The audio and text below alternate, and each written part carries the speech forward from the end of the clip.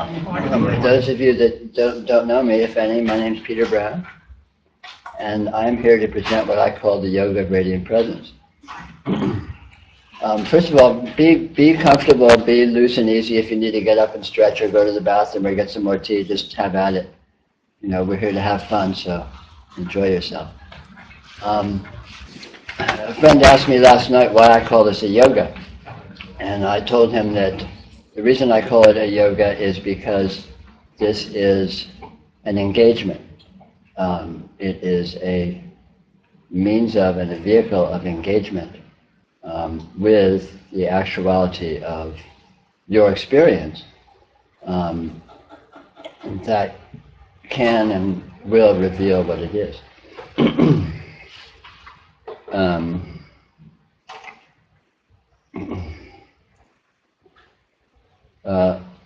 The fundamental spiritual condition is that this is not what it is thought to be. It is this actuality here is not what you think it is, not what anyone thinks it is, for the simple reason that it is unthinkable. It cannot be thought. It cannot be captured in thought. It cannot be modeled accurately. It cannot be contained in a philosophy or a description. So therefore, of course, all our ideas about it are inaccurate. However, what it is clearly displayed if you look at it without preconceptions. And of course, there's the rub, because we've all been thoroughly indoctrinated by our culture, by our upbringing, by our, the brainwashing of our history, with all sorts of preconceptions and assumptions about what this is, that we typically hold unconsciously. So, of course, we're not aware that they're assumptions. We think they're just objectively true. All sorts of aspects about what this is, what we are, that are just taken to be givens, are in actual fact unverified and unverifiable assumptions that we have adopted as a result of our programming and what have you.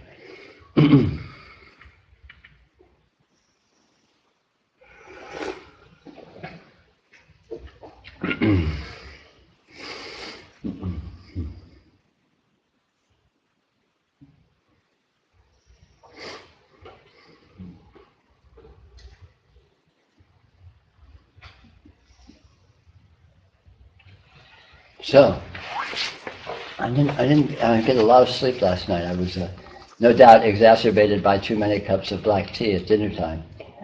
So hopefully I'll manage to not fall out of my chair and I'll be a little bit coherent for you today.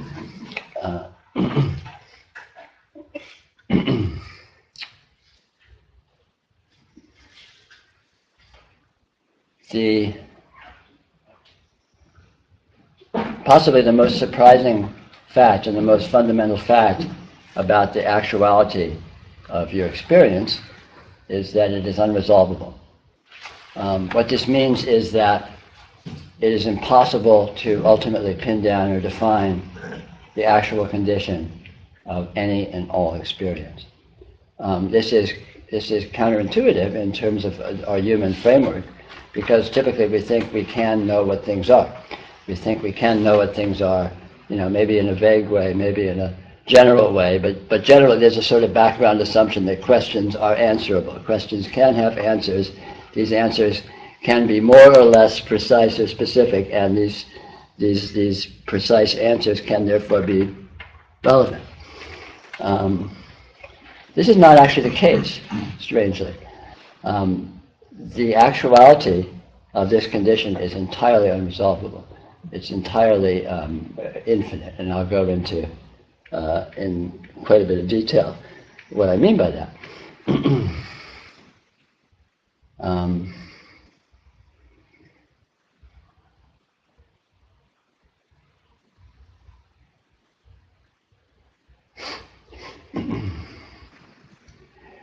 What causes all essential spiritual problems, all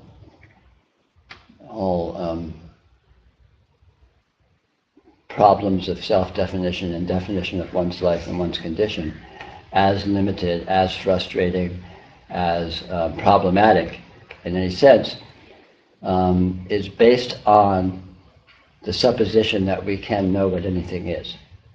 This is so deeply ingrained, again, that it's hard to question it or even look at it from within the human framework, because we all kind of think we can kind of know what things are to some extent. And again, this is in actuality impossible in an analytical sense or in a definitional sense.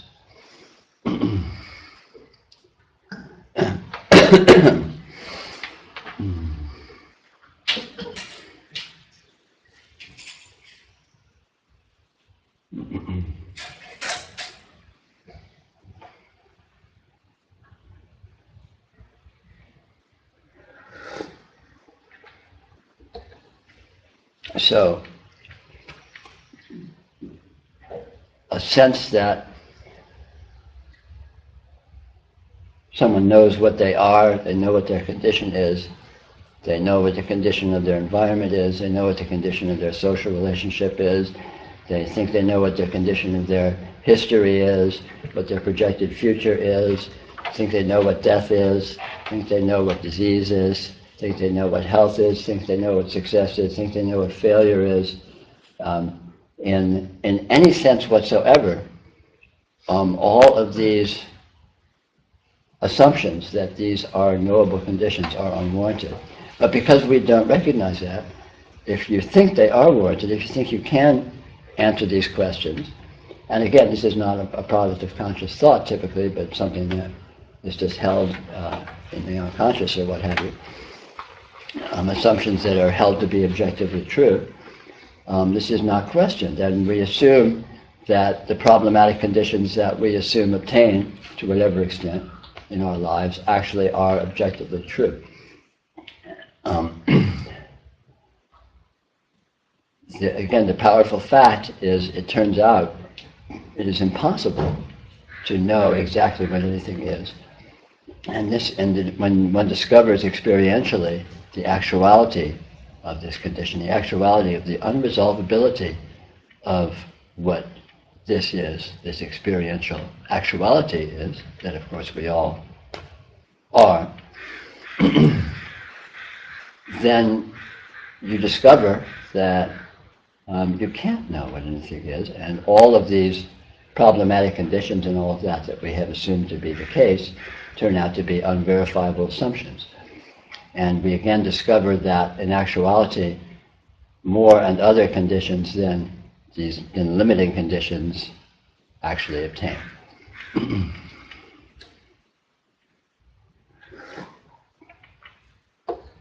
This is discovered through engagement, through direct engagement of experience. Experience is intrinsically a direct engagement. Intrinsically is essentially the engagement of reality with itself.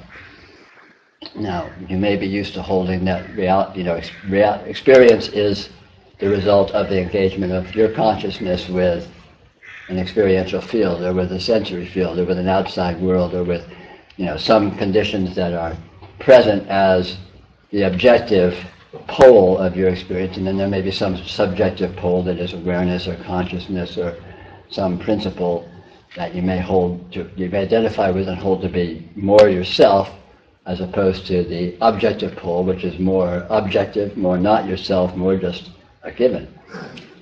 But of course, if you look closely, what perceives your experience is an unknown, is a given. It's just here, it's just present. It's miraculously present.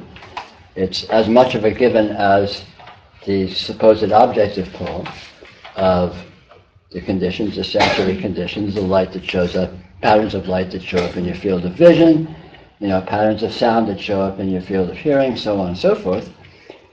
All of these patterns of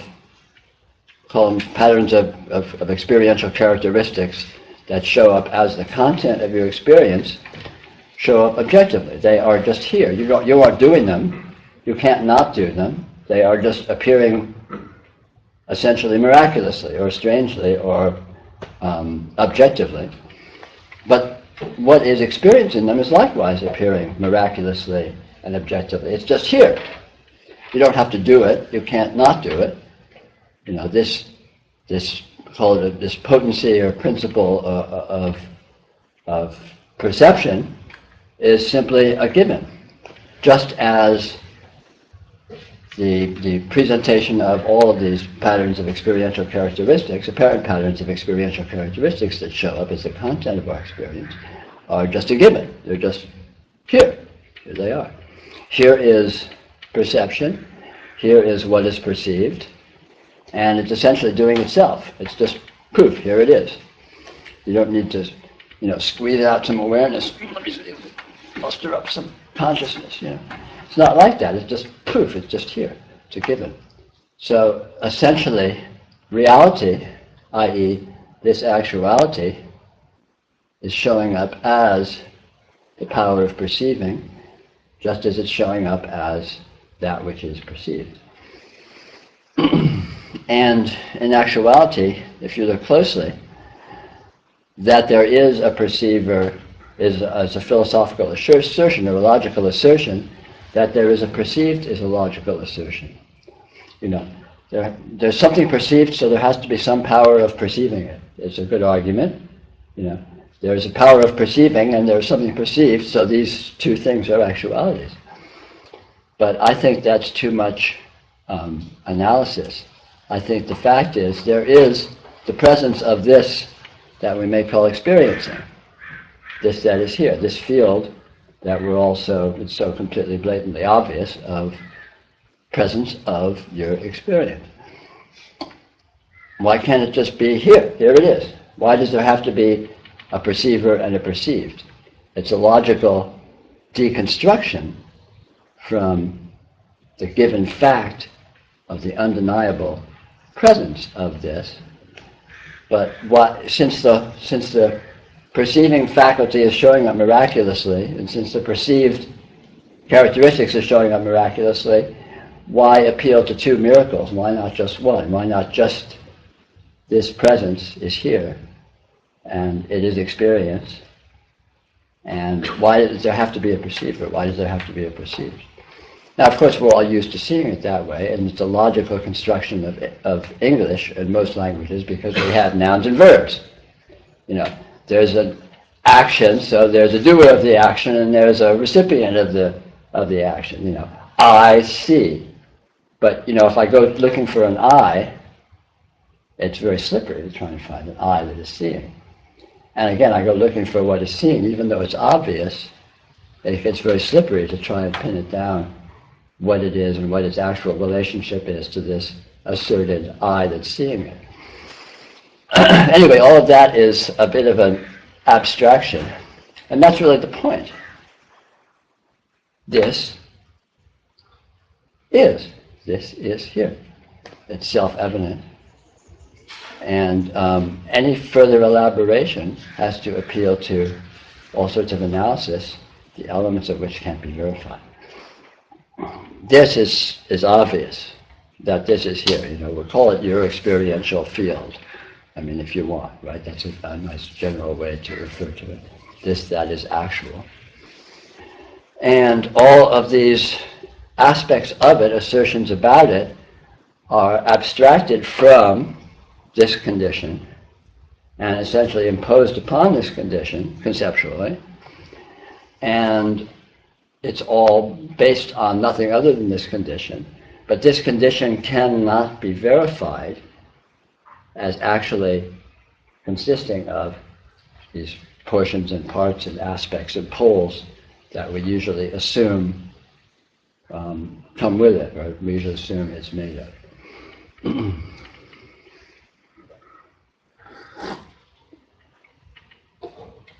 So, experience is clearly actual. Experience is clearly the sole actuality. Anything else that's held to be actual is found in experience or posited based upon experience. So experience is the primal condition, and I think upon investigation you'll discover experience is the only condition, what we call experience.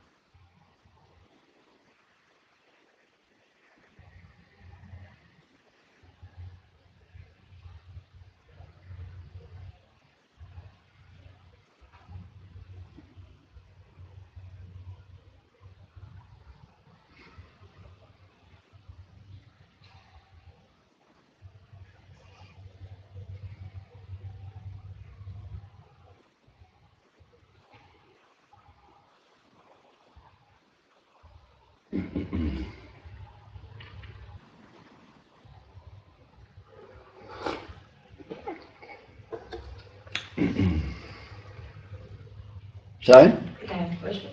Oh, not just yet. It seems like I might be done, but No. and I may be done, but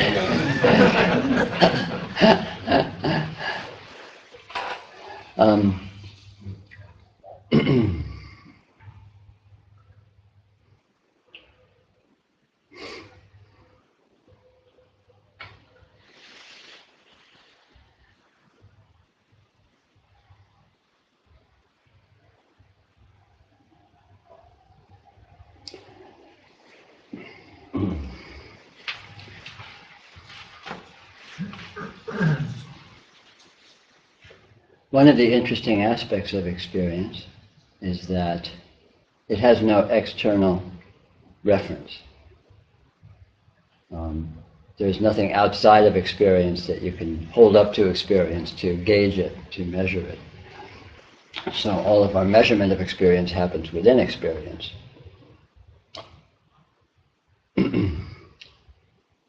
You could say relatively. So we know what anything is relative to what other things are, seen experientially.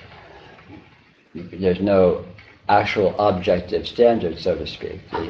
The only standard, your starting point of any analysis, your starting point of any investigation, is going to be within experience itself, which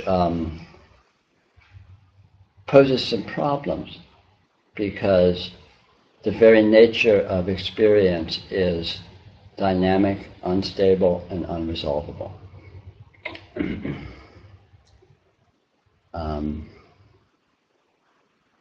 In every way.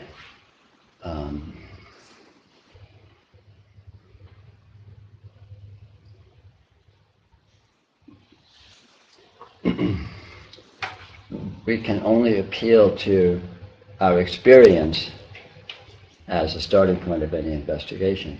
And experience is intrinsically dynamic. Experience does not sit still. We have the assumption that it does. It's easy to have that. Oh, the wall's not moving. The wall's just sitting there.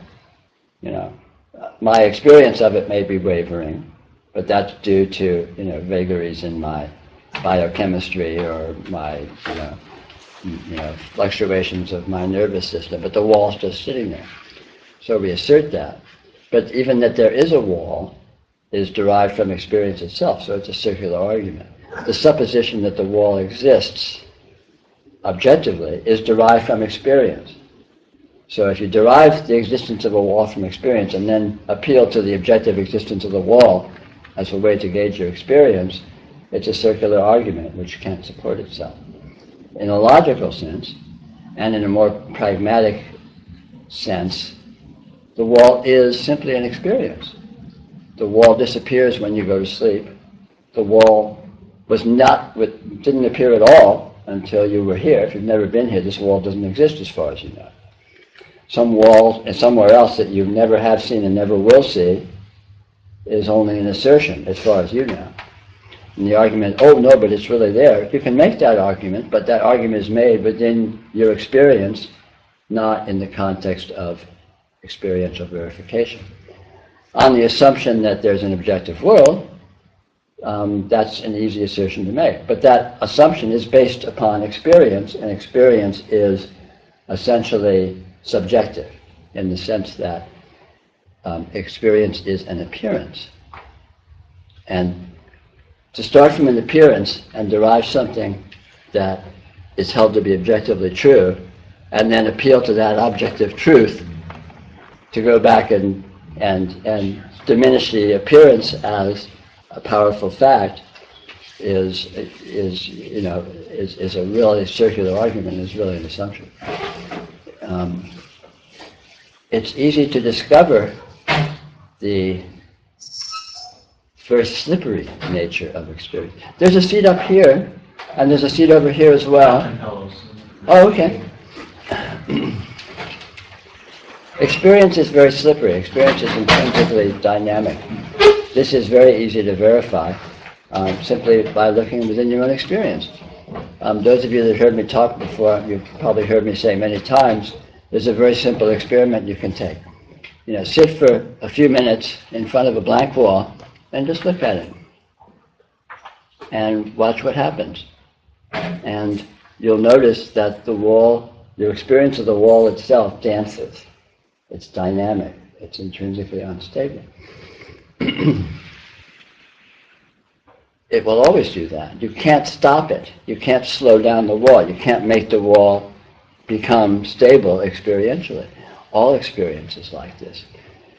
People that have experimented with meditation all know this firsthand. You try to slow down or stop or stabilize thought, and you can do it to an extent maybe, but there's an intrinsic dynamism in experience itself that is unstoppable. It's a slipperiness. And this slipperiness shows up in all aspects of experience. It shows up in science. Physicists have a devil of a time because matter, it turns out, is unresolvable. There's all sorts of ways in which, according to current theory, this shows itself up. Heisenberg's uncertainty principle, for example. The more you know about any aspect of the behavior of a quantum event, the less you know about other aspects. In other words, it doesn't resolve, it doesn't come into focus, it doesn't clearly and stably resolve into a specific, fixed, findable condition. It's fuzzy. It's fuzzy. We know experientially our experience is fuzzy. When you look at something, it may seem to have sharp edges, but if you look much more closely at those sharp edges, they're fuzzy. This is in sort of a spatial, sensory sense. But in every and any way, all experience will be found to be intrinsically fuzzy, intrinsically fractal, i.e., there's more information than can be resolved into coherence, into a whole. Infinitely more. The closer you look, the more you will find about anything in any condition whatsoever. And this is intrinsic in what experience is. It is not resolvable.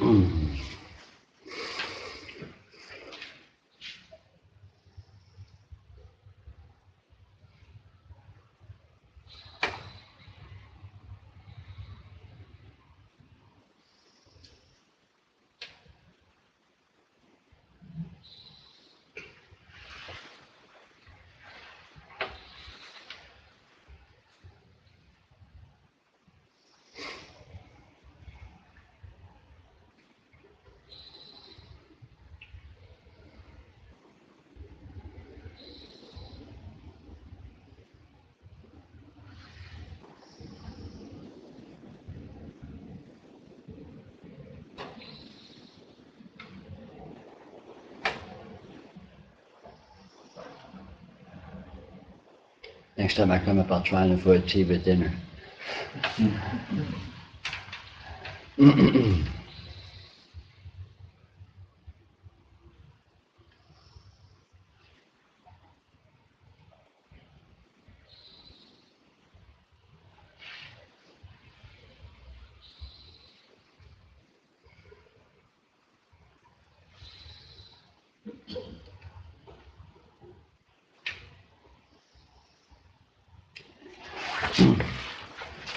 So, the main powerful fact is no actuality, no reality whatsoever can be found than the actuality of the field of your experience. And upon investigation, you will discover that the field of your experience is not no conditions within the field of your experience or imputed conditions within the field of your experience can be ultimately resolved as to exactly what they are, exactly how they are, exactly how they're happening in any sense whatsoever. In other words, it is entirely unresolvable. It's entirely mysterious. And any seeming resolution, any seeming certainty other than the certainty of the actuality of this will be found to be, upon examination, an unwarranted assumption, an assertion that's based upon just argument, not based upon the fact, the sole fact of which is the existence of this actuality.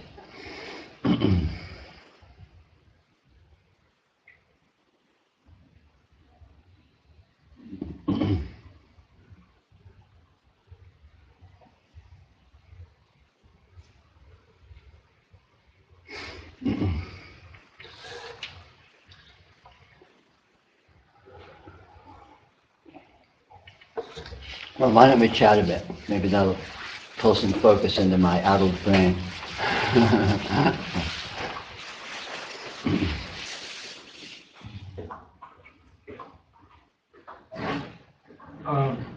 Yes.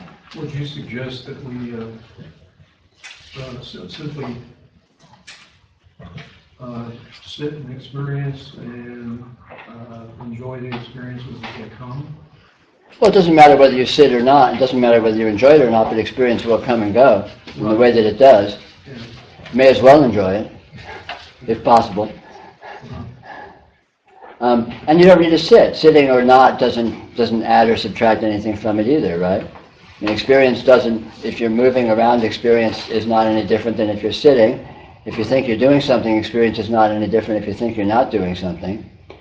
You know, it's all qualifying is essentially imaginary. So if I say, oh, I'm doing something now, I'm imputing that. If I say, oh, I'm not doing anything now, I'm imputing that. In actuality, the full field of experience is occurring, and that's the sole event, that's the sole action. And that action may look like me running, or it may look like me building something, or it may look like me snoring, or staring at my navel, but that is superficial analysis. The actual event of experience is always just the event of experience. It's always full. It always looks different. It never repeats itself. You never experience the same configuration of experiential characteristics on any two occasions, right? Ever. And yet, experience itself is unstoppably ongoing. Unstoppably what? Ongoing. Oh, ongoing.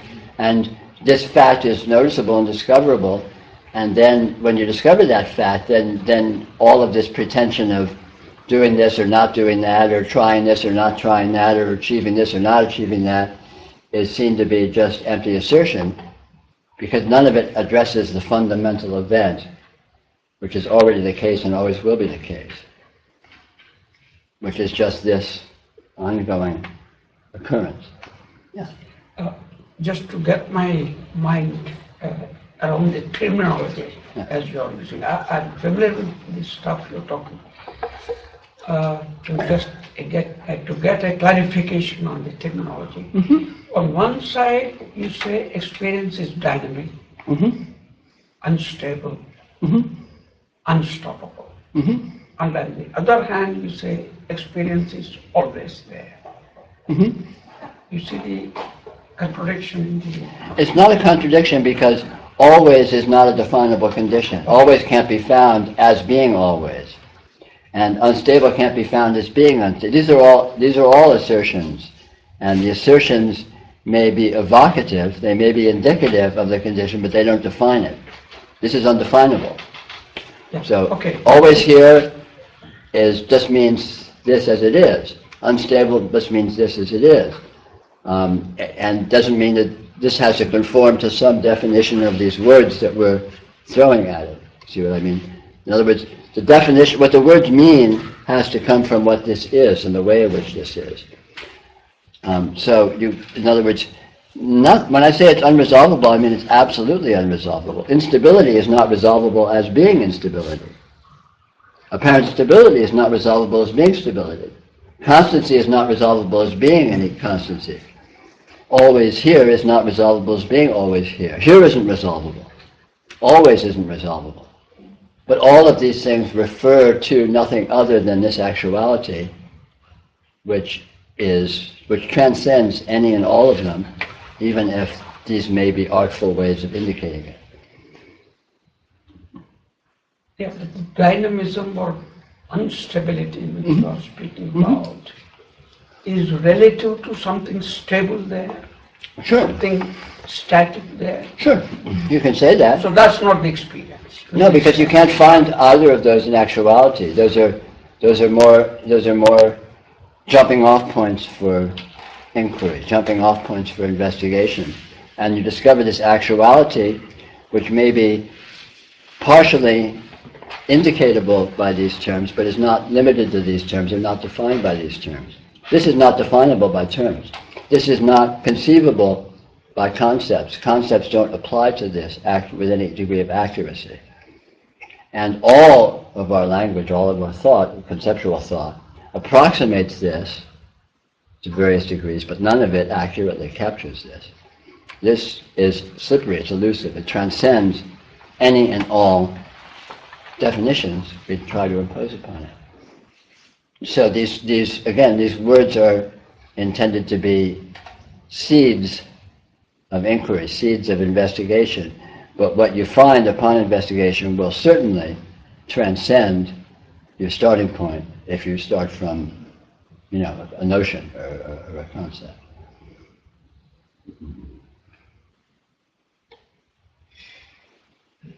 Even unresolvability can't be found. Unresolvability can't be resolved as an actual thing.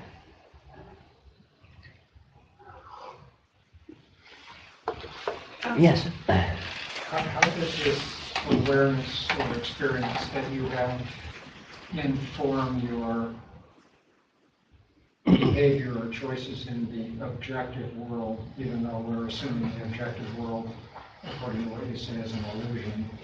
Well, it's not an illusion, it's just an assertion. The same way it does in yours, I suppose. I mean, things happen, and I may have arguments about how they happen, but those arguments are inaccurate.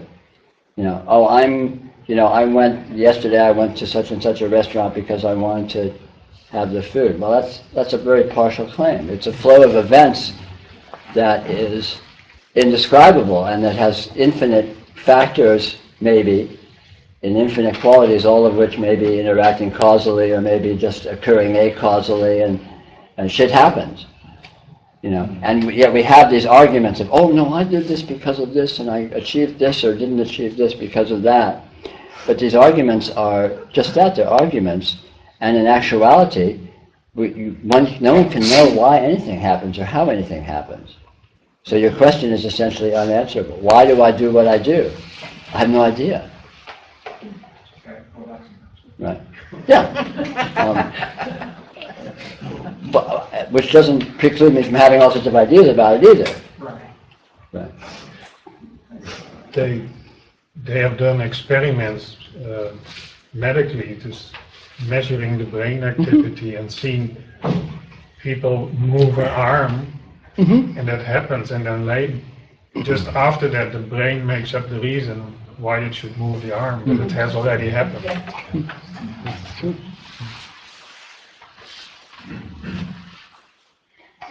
Is the message then to not engage with these experiences or assertions, but just as they flow, as they come in and leave, that No. you just respond in the moment? And No, not at all. The message is to see what this is, see what is happening, which includes everything we're used to. It includes all of our normal modes and all of our abnormal modes, for that matter. It includes event as it is. It includes experience as it is. Obviously, there is thought, there is apparent volition, there is apparent motivation, there is apparent conflict, there is all this sort of, things, qualities that show up experientially. But it's all a strange, unresolvable, confluence of, you can't say. And when you notice that fact, then the pretense of accurate analysis becomes less relevant. what I think I'm looking for is this sort of, how do we apply what you're saying to our everyday lives? Because we can engage so deeply into some of these phenomena that arise. Sure. Because, we have the assumption that we can kind of figure it out. Sure. And so just on a practical sense, what is the best way to manage these experiences?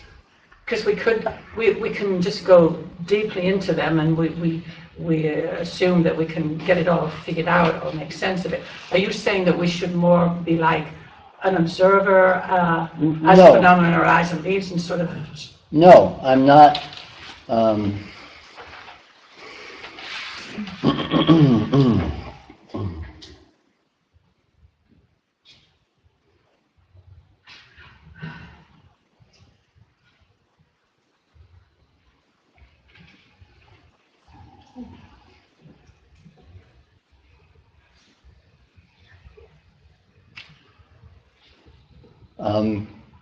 You are a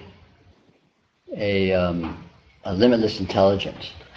You are an intelligence that transcends your normal human functionality and transcends your normal human understanding of intelligence. In the very experiencing of the experiential field is the exercise of inconceivable intelligence. Without any effort, in the instant you perceive every detail that shows up in your full field of vision. That's an inconceivable engagement of functionality and intelligence. You perceive every vibration that shows up in your field of hearing, etc., etc., etc., with all the sense fields and with extrasensory fields. There's all sorts of experience that we don't have qualification for. It doesn't collapse down into a sense field that we can describe. Just subtle vibes and flavors and moods and, dynamism that we all know constitutes maybe the background of our experience or whatever that we can't talk about, we can't verbalize because they're too ephemeral. This intelligence is not oriented towards human logic. It's not oriented towards a causal effect or analysis or figuring out. The intelligence with which your experience is perceived is a spontaneous, instantaneous engagement of inconceivable functionality. That intelligence is what you are. That intelligence is transhuman in the sense that it's not describable or addressable or conceivable from within any normal human framework of here I am and I'm thinking about this and I'm figuring out that and I'm trying to decide this. It functions autonomously, it functions instantaneously, it is doing your metabolism. I mean, look at this, look at the inconceivable detail of micromanaging that's happening on the level of molecules, just in your body. This is all being done in real time.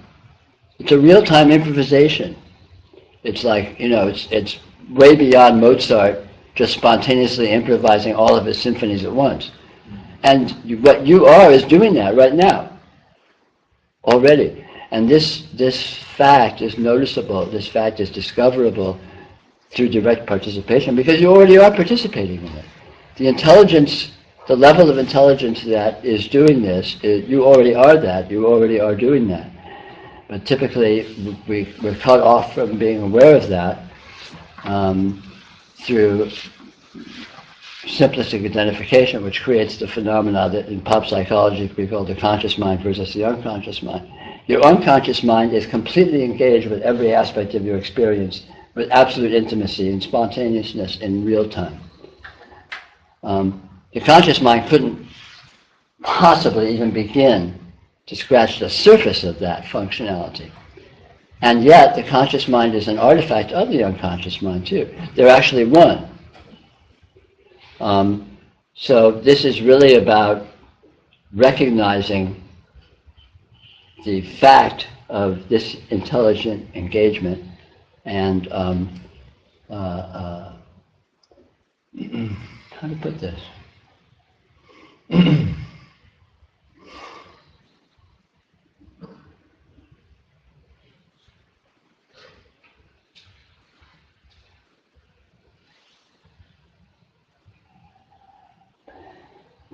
This intelligent engagement is recognizable, it's discoverable, and it's discoverable that this is an actuality, it's discoverable that you are this, and in doing so, it introduces to you, it reveals itself and its modes directly, non-verbally, non-conceptually, through, call it energetic participation, through engagement. Experience is already this, and being with experience on this primal level, that is already occurring. You already are engaged with experience on this primal level.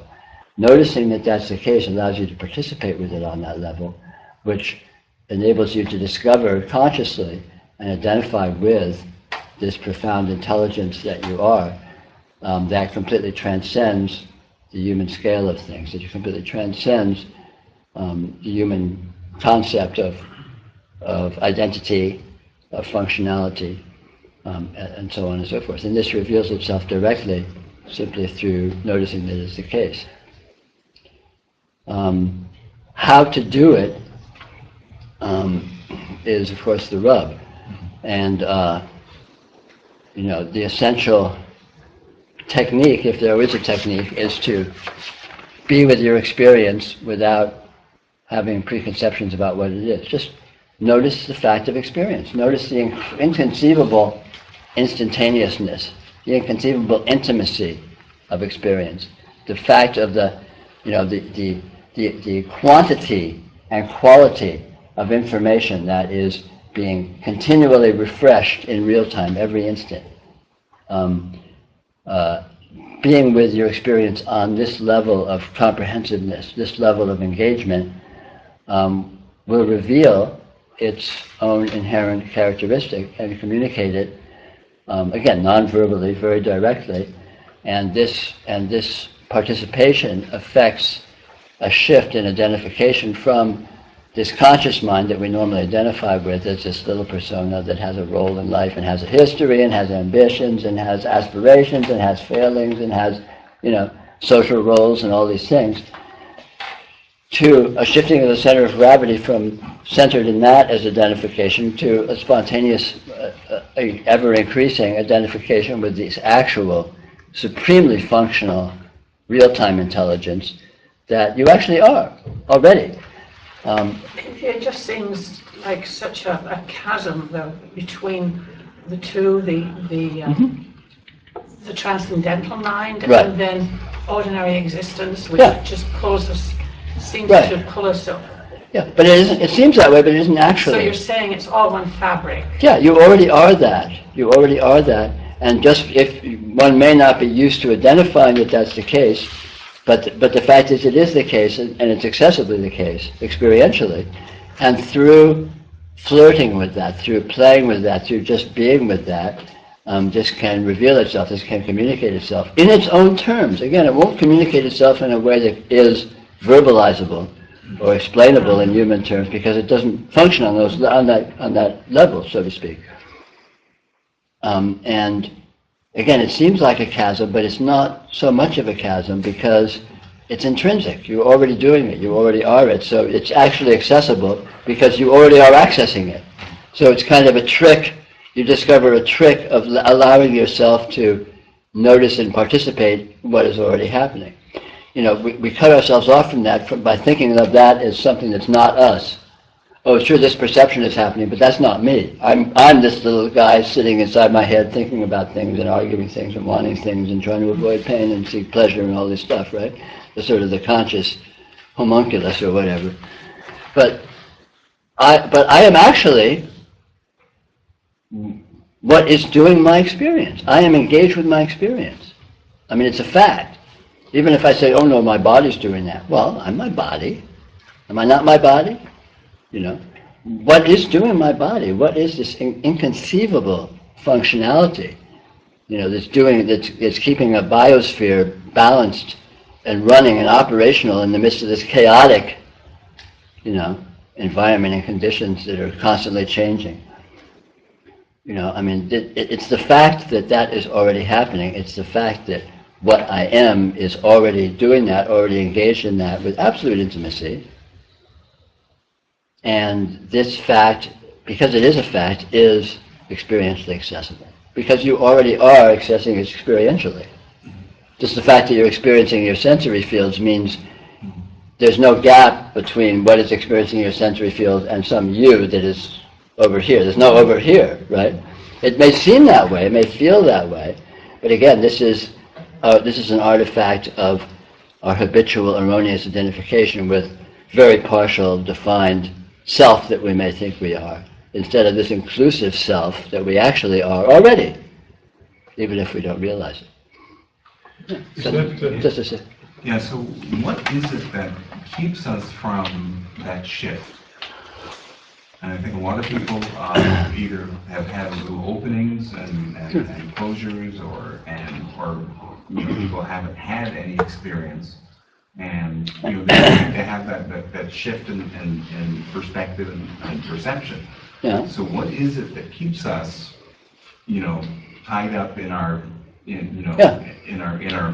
minds and not experiencing that shift of awareness? Yeah. Well, ultimately, of course, it's mysterious, in the sense that nothing is resolvable as to what it is and how it is. That likewise is not resolvable into what it is and how it is. One can put out all sorts of plausible hypotheses, which may have some accuracy, even if they aren't exactly accurate.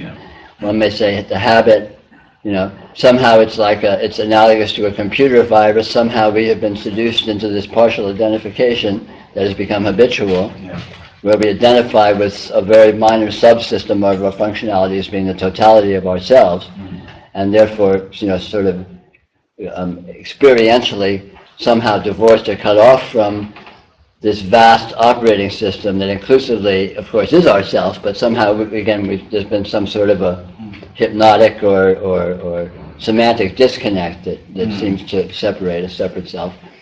You know, or you could say, you could appeal to some mysterious process of evolution or karma that, you know, you're immature until you're mature, and somehow analogous to the way a chick is contained within the egg until it's ready to hatch, you know, somehow for some evolutionary or process of development we are contained within this partial identity in terms of our conscious identification before we're ready to assimilate the larger actuality that we are. But again, all these are theories and possibilities, and they may have some degree of accuracy, but they don't answer any questions. I mean, ultimately, it's mysterious. Does it all boil down to just staying with one's experience and staying with that sense of I am? Sure, but even I am is too much. I would just say, you know, this is. What I like to call it is presence. I mean, you may have noticed I call this the yoga of radiant presence. Yoga refers to the actuality of engagement. Engagement is already ongoingly the case. Irrevocably. Presence is a nice comprehensive way of indicating this actuality. It is present. What is present? Your experience is present. Whatever that is, you don't need to expect that the word to experience to somehow definitionally include all this, but nonetheless, this is present. It is. It's actual. And I call it radiant to indicate the way it presents as an unending cascade of unresolvable patterns of experiential characteristics. Colors, sounds, shapes, thoughts, vibes, moods, emotions. We have all sorts of classifications for these things. And again, most of it is beyond classification, but we all experience this. And so, hence you have radiant presence, which is this actuality in the way that it presents itself. And again, of course, we have exhaustive classifications of the different ways it presents itself, which is the basis for all sorts of theories about what is here and of the objective world and our bodies and so on and so forth. But these are all subclassifications of all of this barrage of information, right? But as I said, this information is ultimately unresolvable except as itself. It is the fact, and that fact cannot be reduced to some sub-fact, to some gloss that's going to somehow contain the fact. It doesn't work. You just get this, and that's it. It doesn't resolve to something else. And I call it a yoga because by allowing yourself to notice that this engagement, to me yoga means engagement, is ongoingly the case, then it's not just a fact of radiant presence, but it's a participatory fact of radiant presence that can feed back on itself and educate itself as to what it is. Because it reveals its nature, because its nature is not concealed. Its nature is only concealed by our sort of hypnotic preconceptions of what we hold it to be, that essentially block us by kind of mechanisms of denial and self-hypnosis from noticing the astounding unresolvability that it actually is. I'm sorry to say. Yeah. I was wondering about engagement. Yes. And how, I'm not understanding how there's engagement if there isn't two poles. Right. It's engaged with itself. Think of a dream. In a dream, it seems as if there's a dreamer that's seeing something, and it seems as if there's some world that's being perceived. And yet, in actuality, you wake up and you know, oh, there was no world there. It seemed as if it was a world. It seemed as if there was a perceiver. But it was one phenomena that looked as if it was a world being perceived by a perceiver. But that's a logical abstraction from the actuality, which is just the occurrence of the dreaming. We can say, oh, there's a dream and there's a dreamer of the dream, but that's a logical construction. The actual fact is dreaming. There's a dreaming present. And likewise here, there's an experiencing present. Right? This is undeniably so. There is an experiencing present. Now, there may or may not be an experiencer that's somehow differentiable from an experienced, but I assert, if you look very closely, you'll discover that that's not actually necessary. That's not actually intrinsic in what this is. Granted, it may be a hard leap to take because we're so used to thinking of a subject that's separate from an object, and that just, again, we hold this to be, like the Declaration of Independence or whatever says, we hold these truths to be self-evident. And we do.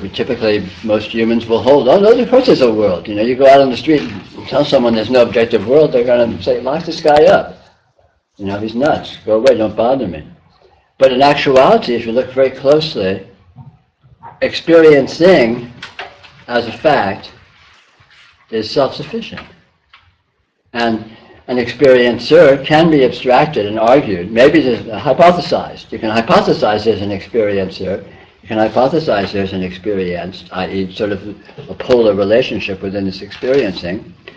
But in actual fact, if you look closely, you'll notice that hypothesis is abstracted from the fact, the undeniable fact, the actuality of experiencing, which has no explanations. Experiencing doesn't come and say, I'm an objective world and I'm an experiencer over separate from it. It doesn't say that. It doesn't have a sign on it that says it. It doesn't have a label on it. It doesn't in any way claim that that's the case. We impose that conceptually. And again, we may not notice we're doing it because we do it unconsciously because we're so used to doing it through our, indoctrination and so on. Yeah. Is this different ways of perceiving and analogous with the left and right brain perceiving? That one is a serial processor and the other parallel. Like Lynn Bolton, she was a neuro, she got a stroke and she was forced in the other half, and all of a sudden she experienced reality like you're describing it. And you can find all these sorts of analogies, but again, it's not really resolvable to that specifically or in any limited sense. There are limitless aspects to experience. Experience obviously presents in various modes that can be classified as left brain, analytical modes, rational modes, modes of differentiation. This is different than that. And it can clearly also present in modes that are more right brain, where there's sort of continuums and flavors and spectrums and so on and so forth. It's analogous in physics to the particle-wave duality. Reality presents as if it was a particle, and it also presents as if it was a wave. And that seems as if it would be an either-or condition, but a physicist will sit down and take pains to explain to you, no, it's not like that. It's weirder than that. If you look at it some ways, it specifically presents as a particle. If you look at it some ways, it specifically presents as a wave, and it's not like it's one or the other, but we haven't figured it out. It's like it is something that is neither a particle nor a wave that can present as if it's a particle or as if it's a wave. And this is, I would say this is analogous to the sort of left brain, right brain sort of arguments. There's all sorts of, this has endless modes, sort of resonant ways, flavors, called paradigms, within which it can present itself and within which it can viably be seen. And these modes can even be logically mutually exclusive, and yet here they all are. And just in this actuality, which is another reflection of the way that this is unresolvable. Because this presents in so many contrary and paradoxical ways, and yet it's just this. It's not lots of separate things superimposed somehow. It's just this actuality, but it's a strange actuality. Very much the way an electron is strange in that you can't pin down exactly what it is or how it is. But to perceive this, is it kind of necessary a shift in the brain, so your perception changes? No, it doesn't matter. You're already perceiving it. You're already experiencing your experience in all these modes. So it's nothing new is necessary. It's merely a matter of noticing or appreciating or somehow, letting yourself engage openly with the multidimensionality of this actuality. I read on your website, you said in order to get this perception, you need like catalyst or somebody who's already in that reality that it gets kind of transferred. Yeah, I wouldn't say you need that. I would say that can often be a help. And if you look sort of experientially at people who seem to be more deeply engaged with this as in the way that it is, that is often the case in their experience. I don't know that it's necessary, but it's certainly can't hurt. Yeah. I guess I've been kind of using the analogy of the screen in the movie to abstract from what you're saying as you're talking, and it seems to me that essentially what you're saying is that the screen as consciousness is the reality. The movie, what is perceived, is not. No, it's both and. Okay. Instead of thinking of a movie and a screen and a projector, or a movie, a screen and a projection, think of a dream. Okay. The dream is actual. What appears as a dream is actual, but there's nothing there. You can't you can't find a consciousness in a dream. You can't find a consciousness over here and what's being dreamed over here. They're right here. You know, where's the consciousness in a dream? It's in the dream. Where's the apparition in a dream? In the dream. And logically, again, we can abstract it. Oh, but there's an experiencer of the dream and that which is experienced. And that may be a logical argument, but if you look at the actuality, it's just present. It's a continuous inclusive event that is present, that is actual. And the way in which it's actual is inscrutable. The way in which it's actual is not amenable to analysis. We can hypothesize. These hypotheses are fine, but we can't verify these hypotheses. It seems to me then that, you know, to the extent that I identify in a sense as a character in the dream, I'm never really going to accept that my only reality is in the dream. Good. Yeah, good. I mean, you know, there is unending and open-ended multidimensionality.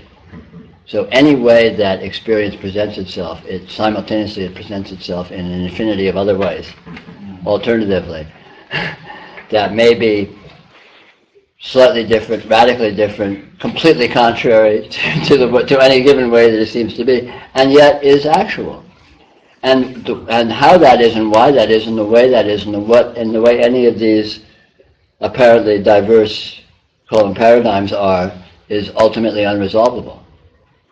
You know, this does not resolve into coherence. It does not resolve into a nice, neat package. It doesn't resolve into wholeness. It's a mess. When you say unresolvable, does that mean it doesn't have significance? It doesn't No, have meaning? it has significance. It has meaning, but the meaning is what it is. The significance is what it is, and what that is can't be found, can't be said. You can't say what the meaning is. Right. And so the meaning then is in the consciousness itself? Sure, the meaning is in the thing itself, the actuality. Not in the content of consciousness, not in the consciousness. But again, you're separating a content from a consciousness. I tend to do that. Yeah, and that's fine. I mean, you know, that's a viable mode. Most people do. Yeah. But it's not necessary. There's other modes. There's other ways of being this that don't polarize it, that are equally viable.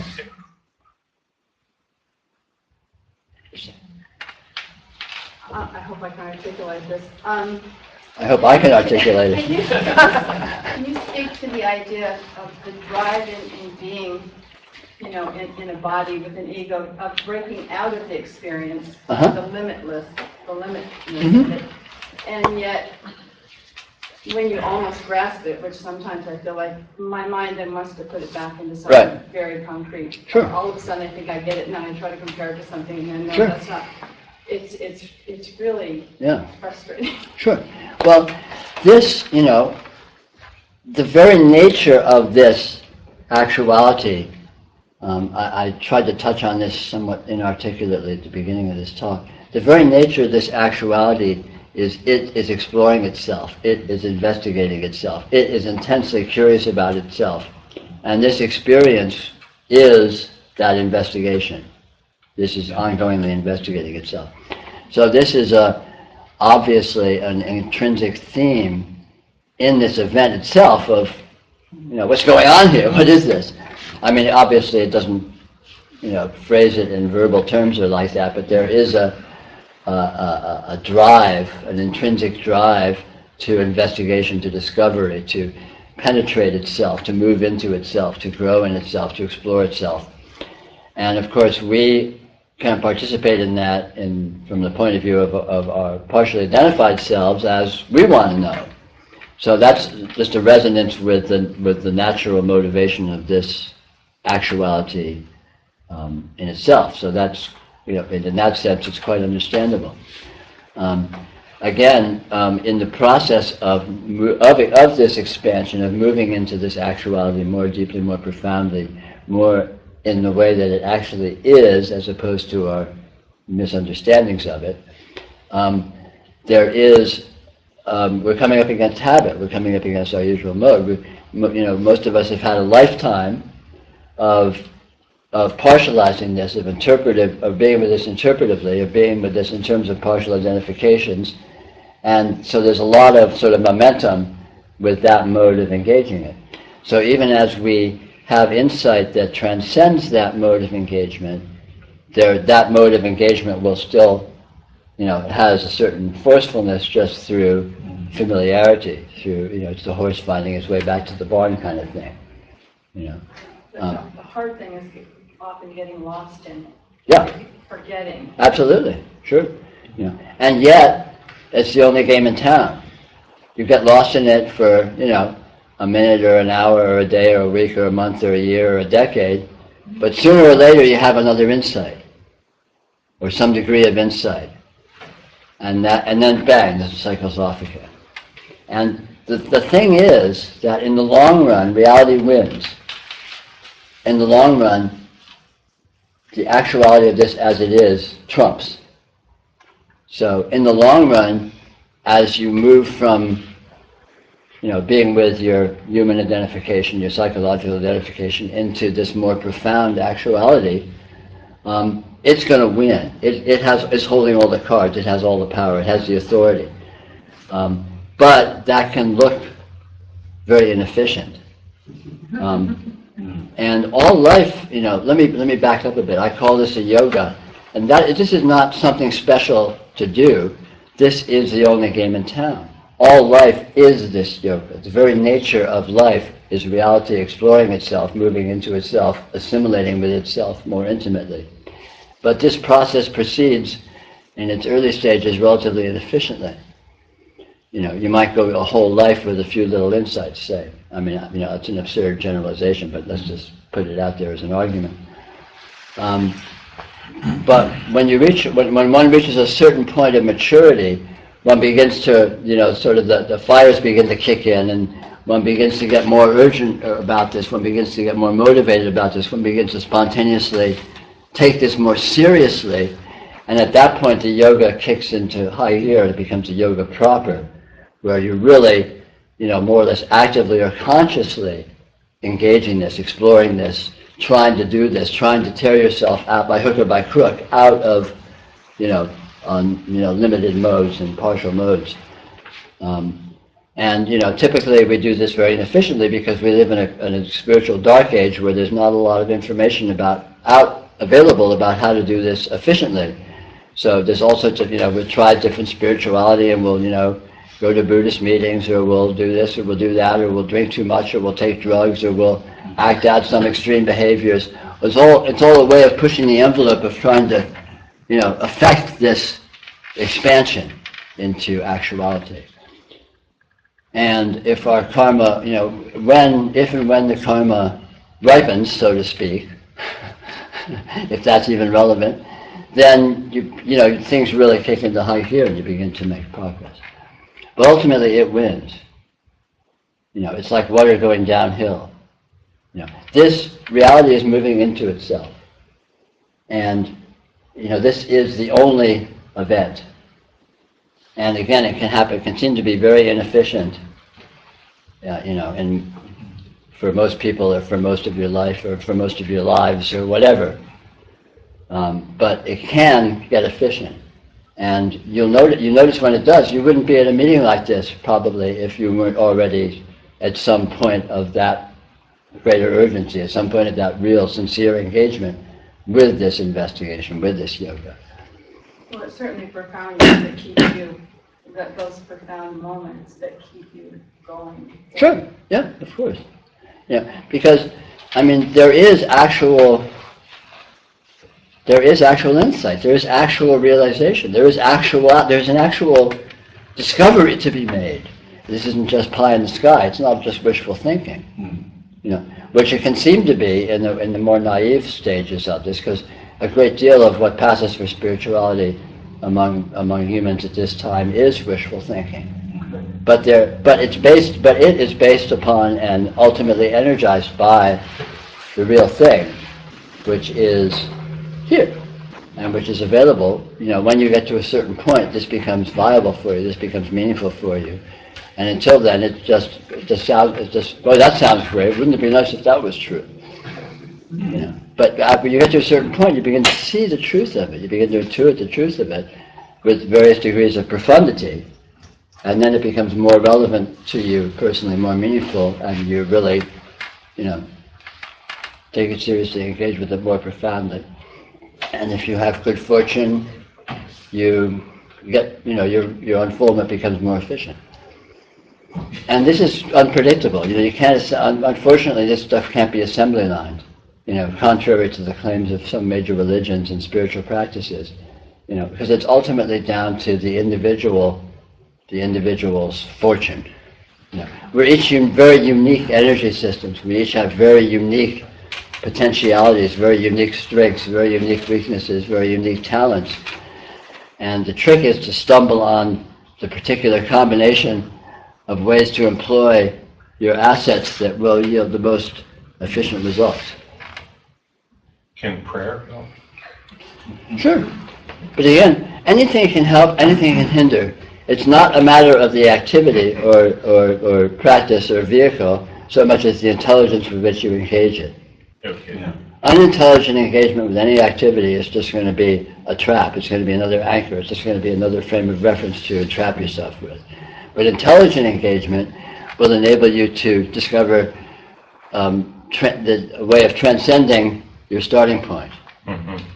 A way of using whatever you're starting with as a launch pad into newness, into discovery, into transcendence. Yeah. Is the actual shift in perspective, how do I put this, sort of a big bang or steady state? So in other words, is it binary? It can be both or either. Mm. And I would say for most people it's probably some degree of both. Mm.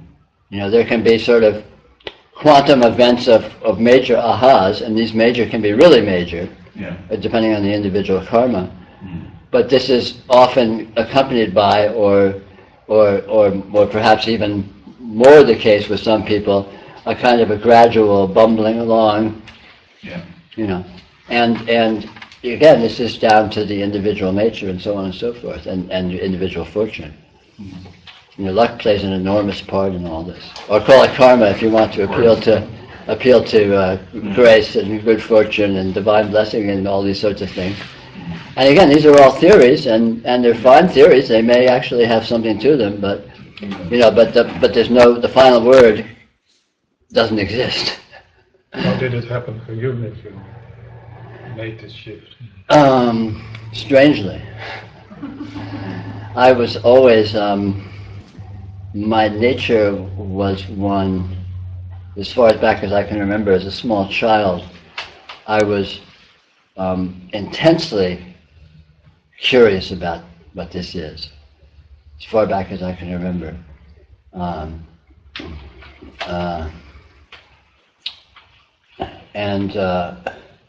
This curiosity led to all sorts of things. A general irreverence, a general lack of conformity, a general urge to explore and try things on my own, often very inefficiently and stupidly, of course. And I had the good fortune to come into the sphere of association with a remarkable man, and undescribably in association with that relationship, I had an astounding revelation, I can only really call it, which sent me for a loop because it happened to me when I was a kid. And I had no basis for assimilating it or finding perspective. But basically, I went nuts because I couldn't. This was so contrary to everything and anything that was around me in the human milieu, and there was no support for it or relationship to it in any context in terms of a spiritual group or a spiritual philosophy. Even this guy himself sort of distanced himself from me very shortly thereafter.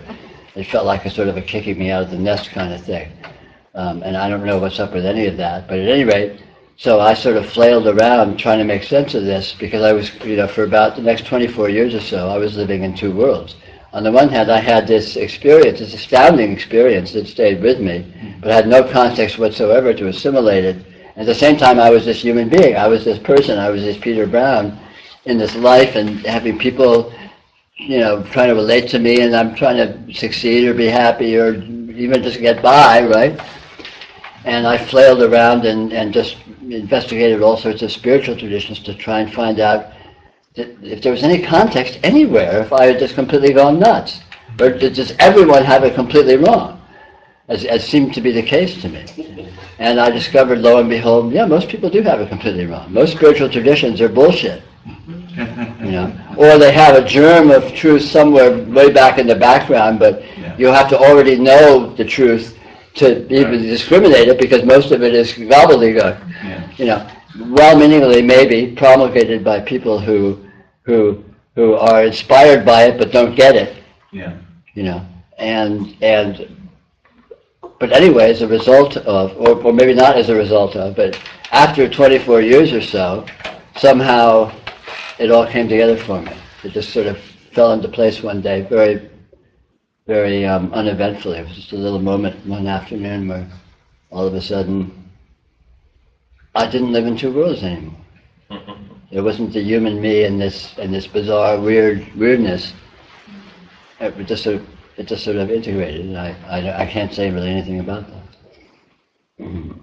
Yes. I thought you used the word transmission. Yes. When you talked about it, your website. Yes. So you are still talking in terms of something being repeated. Something being, sorry, what? Something being transmitted, which is not possible anyway. Well, I don't know if it's possible or not. But you use that word. Yes, I do. I did use that word. It's a meaningful word. I don't know if it's true. I don't know if it accurately describes what happens, but it can seem to be something like that. You know, there can seem to be a resonance. There can seem to be a profound and meaningful resonance of insight. And the way in which, and what that is, and whether or not it is, and how that is, and everything about it, I can't qualify. Yeah, but the immediate question is, can you transmit it? I don't know. You tell me. You used the word. Yes, I did. I used the word. So. Hand it over here.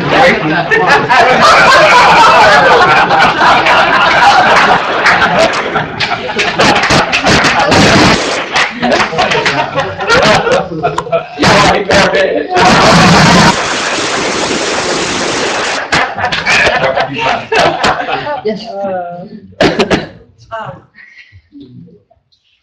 I really like that you brought up about the two worlds, because I had an experience, and it lasted about 3 days, where nobody was here, and it was terrifying. But since then, I feel like I'm treading the gap. I'm not here, or I'm not there. Sure. And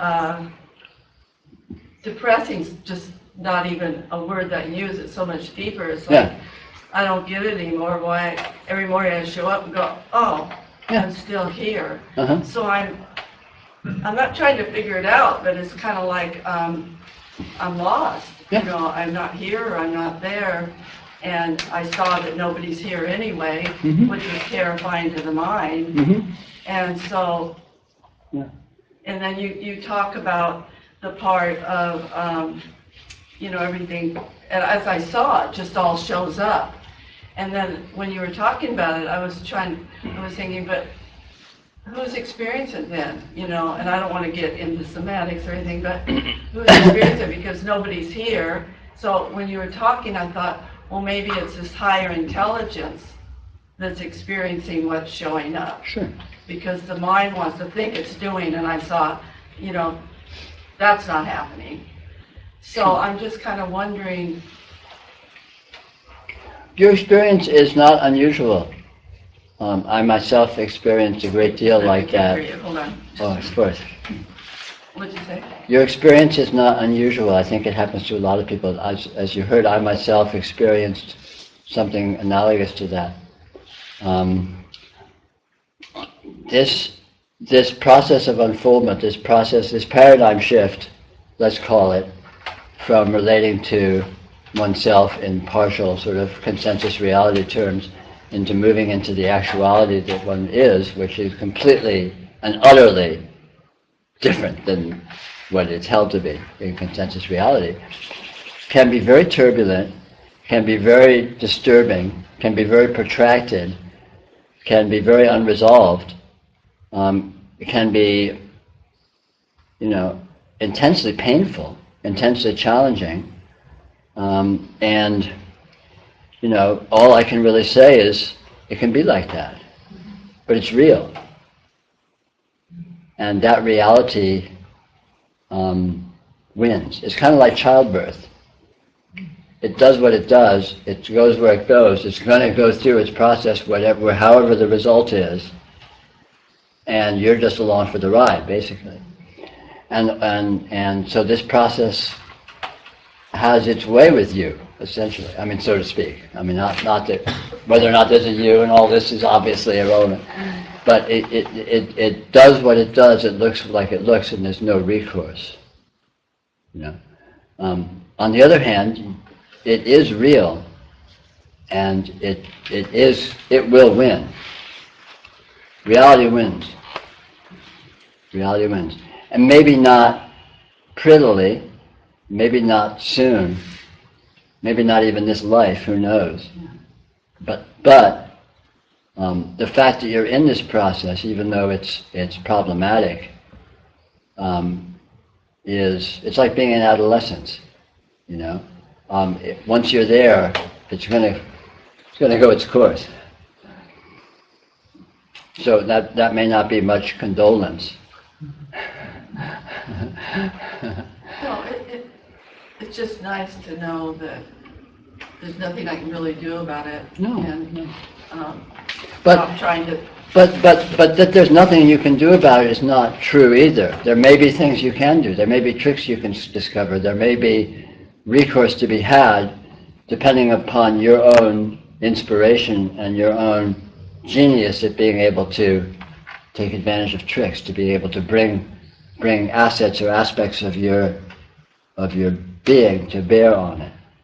And maybe you have discovered those things and you're doing it already unconsciously or something, because all of this process, such as it is not a conscious process. It doesn't happen because you decided for it to happen. Even if there may be aspects of it that seem consciously participatory, it's not like that at all. It's much more like adolescence or birth or something. It's an inevitability of nature. So. Well, the last part of it, I really resonate when, I'll be with people, and not exactly people like in this group, but I'll be with friends and they'll be really excited about they got a new partner or whatever, and I go, oh yeah, and I can feel myself acting it out. Sure. But I don't feel a thing. Sure. It's exhausting. No, I can relate. Wow, that's great. And then I just go, oh God, Yeah. I gotta go home again. No, I knew you. The human mode is pretty thin. What you kind of, you participated, but you knew you were acting it out. It wasn't, you weren't in the drama anymore. It was, that was gone. Sure. Yeah. So you just kind of play It's out like the drama. it's a lot like being with children once you're an adult. You can, you can see them and you can respect that they're genuinely excited about their mode and take it seriously. But you look at it and you go, you can't go there. It doesn't have juice for you. And even if you are, yeah, thanks. 'Cause You I can thought pretend I to go was there, nutty and you can even respect going there through memory of the fact when you were there. I mean, I can get down with kids and play with dolls with them, Yeah. but it's not sincere in the sense that it's not me really being my current self Yeah. in a full sense. Thank you. 'Cause But this is an ongoing problem with spirituality. There's very, very, very little resonance in modern culture. We live in a spiritual dark age. Most spirituality is a thin pretense. Most spirituality is children playing lifestyle games, whether or not they're mature or even aged children playing lifestyle games. That still is. It is that. But genuine spirituality exists. It is real, but it seems to be relatively for the few at this point. Historically, I mean, who knows what's up with that? Who knows if it changes or not or whatever. I think historically that's generally been the case. Who knows? So you just kind of my friend will call me and go, well, just get a passion. Because I said, well, I don't have any desire. Yeah. well, get one. So what you're saying kind of then is just leave it alone. Or not. I mean, there's no prescription. There's no map. You're on your own. It's up to you to find your own genius, to draw on your genius, to draw on your insight, and stumble upon your own advantages. And maybe you'll be at talks like this, or you read books, or you'll see a vision in the sky or whatever that will somehow click for you in some way, that will somehow facilitate something, who knows what. But this process, it's like water, it finds its way. It's like water going downhill, it finds its way. It's never blocked permanently. It can't be done. Thank you. That was very helpful. But it can be very inefficient. It can be, it's all uncertain. Yeah. Its very nature is uncertainty. It's kind of crazy. Yes, yeah, it's a lot crazy from a human point of view. But in actuality, it's the human point of view that's crazy.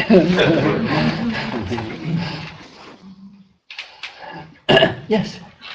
Can you talk more about the spirituality that you were talking about being on the surface, Mm-hmm. and maybe what you see traditions or aspects of our culture or spirituality that you do feel are deeper or more actually helpful for people?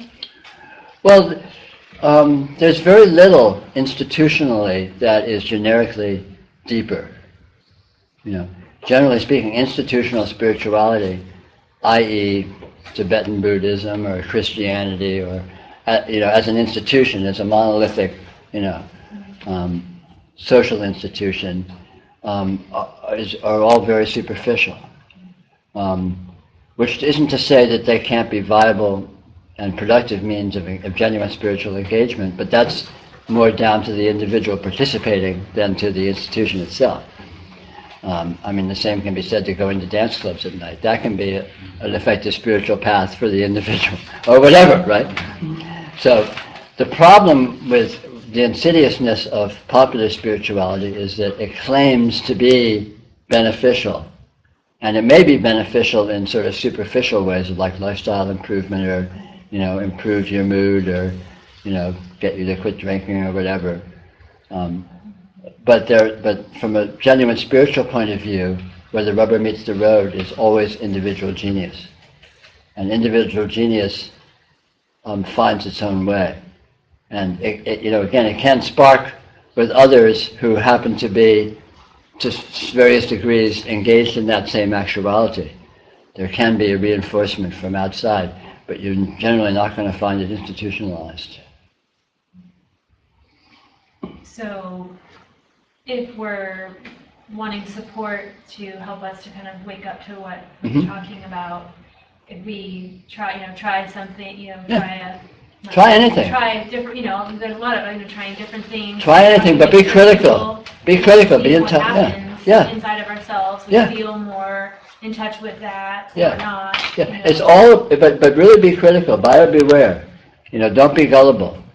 The buck stops there. So you have to assess what is true or not true, what works or doesn't work, even if it's wildly contrary to conventional advice. Or not. Any spiritual path can be viable for a given individual, but that's obviously very predicated for a given individual. So it's all down to your individual genius. But definitely trying stuff, explore, investigate, experiment, break out of the mold and try stuff, and maybe you'll stumble on things that click for you. And even things that ultimately don't click for you, the fact of discovering that they don't click can be a part of a process of genuine discovery. The path of finding looks like a whole lot like a whole long string of not finding. So the not finding is arguably steps towards the finding, historically.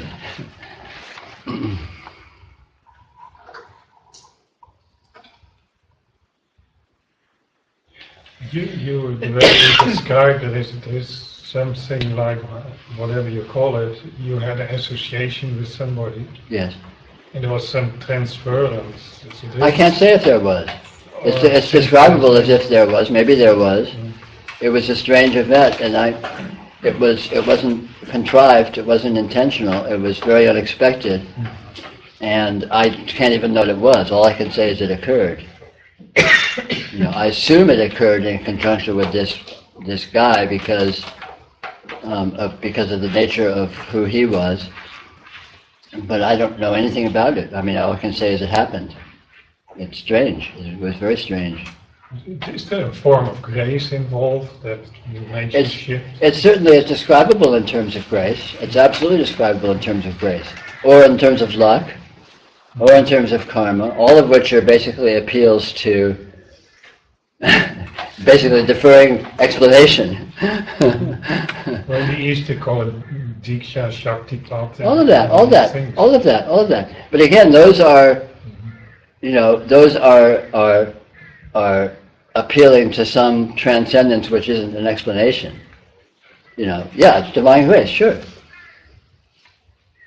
Exactly what is that? Well, I'm involved with the oneness movement. I'm sorry? I'm involved with the oneness movement also, and that basic thing is what needs to hit you as a ton of bricks is your mind can't solve it. Sure. And then when you realize it, then there is an opening for grace and a shift. Sure. Yeah, there can be. If that happens, then that happens, and that certainly can happen. It's certainly true that your mind can't solve it in the sense that your conscious mind, your analytical mind can't solve it. And discovering that that's the case, and discovering the actuality that is beyond that is already available, is of the essence. But the guise in which that discovery can come, and the context in which that discovery becomes an actuality for a given individual is entirely unpredictable. Unfortunately, it can't be assembly lines. Actually, it's almost the second. I know for me, when I had a fairly significant opening back when I was in my 40s, which was a long time ago. I was agnostic, I had no spiritual discipline, and I drove up into the driveway with my groceries. I'd just come back from the grocery store. And I happened to it was a summer's day, I happened to just look up at a tree, and a squirrel was sitting there and the blue sky.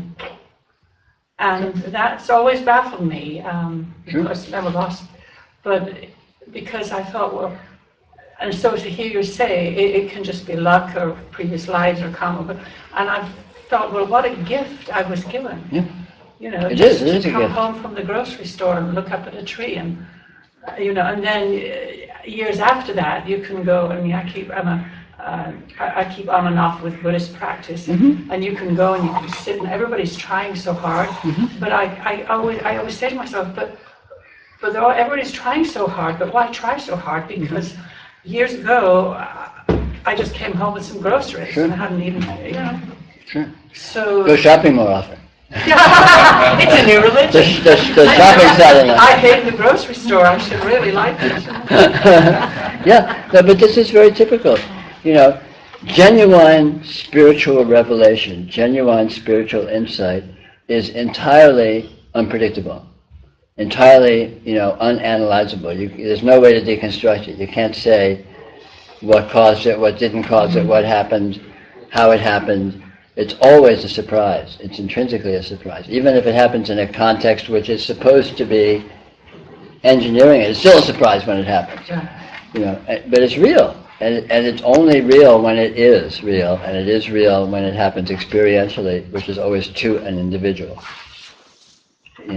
Revelation happens to you, right? And if it doesn't happen to you, it's not happening. But it can always happen, because what revelation is of is this that is actual. The insight is always an insight of this into this.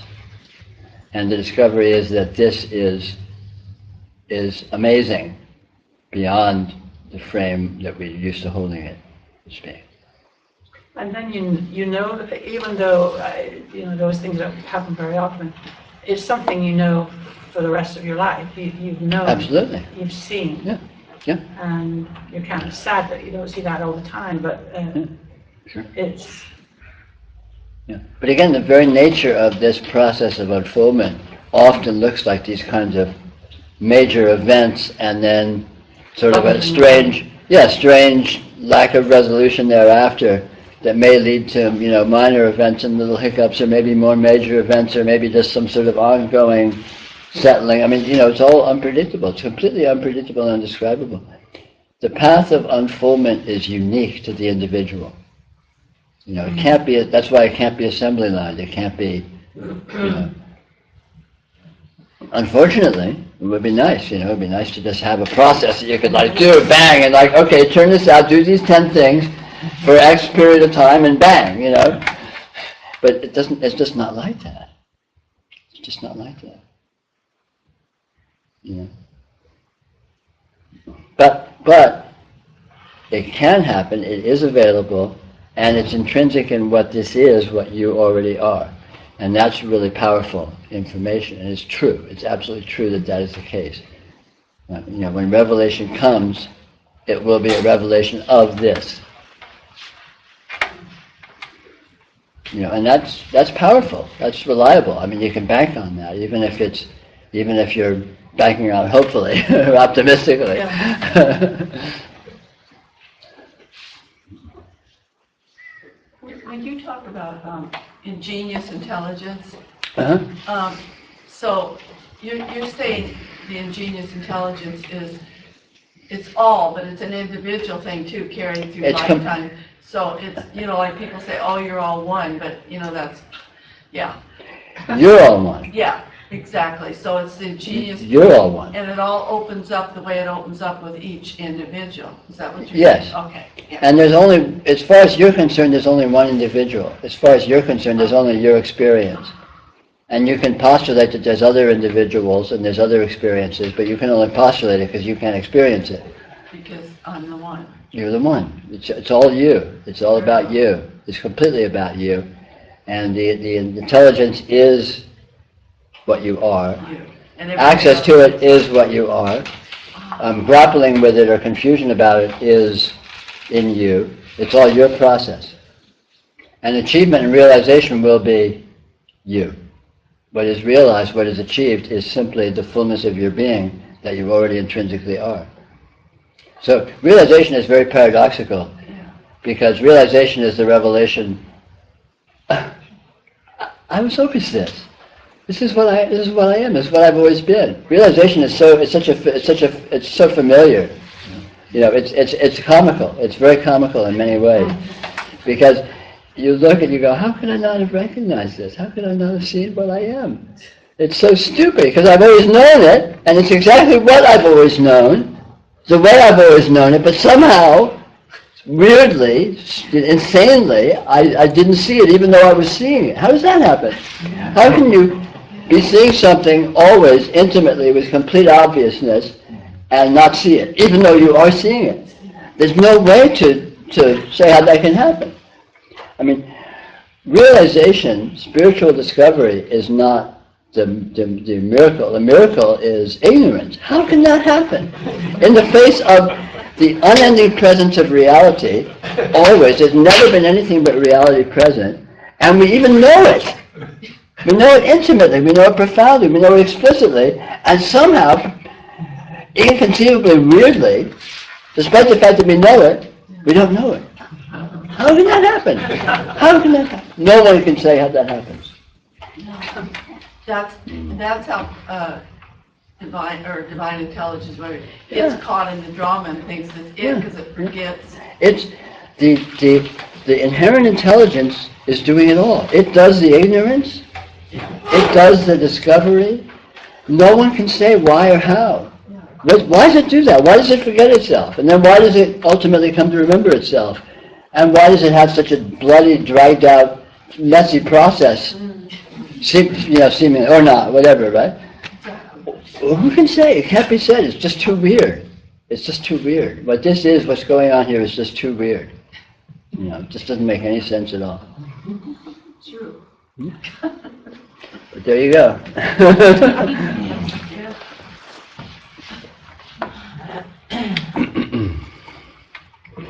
We'll have lunch in about 20 minutes, if you all can hang on. Don't look at that clock. No, I know. I bet the hour's wrong, but the time isn't too far off. I think it's like an hour, right? Yeah, it's about an hour. Okay. It's about an hour off. Yeah. It's about 20 of noon. We'll break at noon for about an hour. If you can hang out. Yes. So, to just clarify, what it seems like I'm hearing is, there is nothing to do, there is nothing to say, and yet doing and saying is happening. Yeah, but it's not that exclusive. It's not that there's nothing to do. It's doing itself, but that doesn't preclude any kind of doing. You know. Mm-hmm. I mean, there's nothing from my perspective, from me with the not a capital me, but the small letter me. There's no prescription. There's nothing for me to do or There's say. no prescription. There's no prescription. There is no prescription. That's the truth. Mm-hmm. But sincere engagement will always be rewarded. Intelligence will always be rewarded. And that's pretty open-ended, but there you go.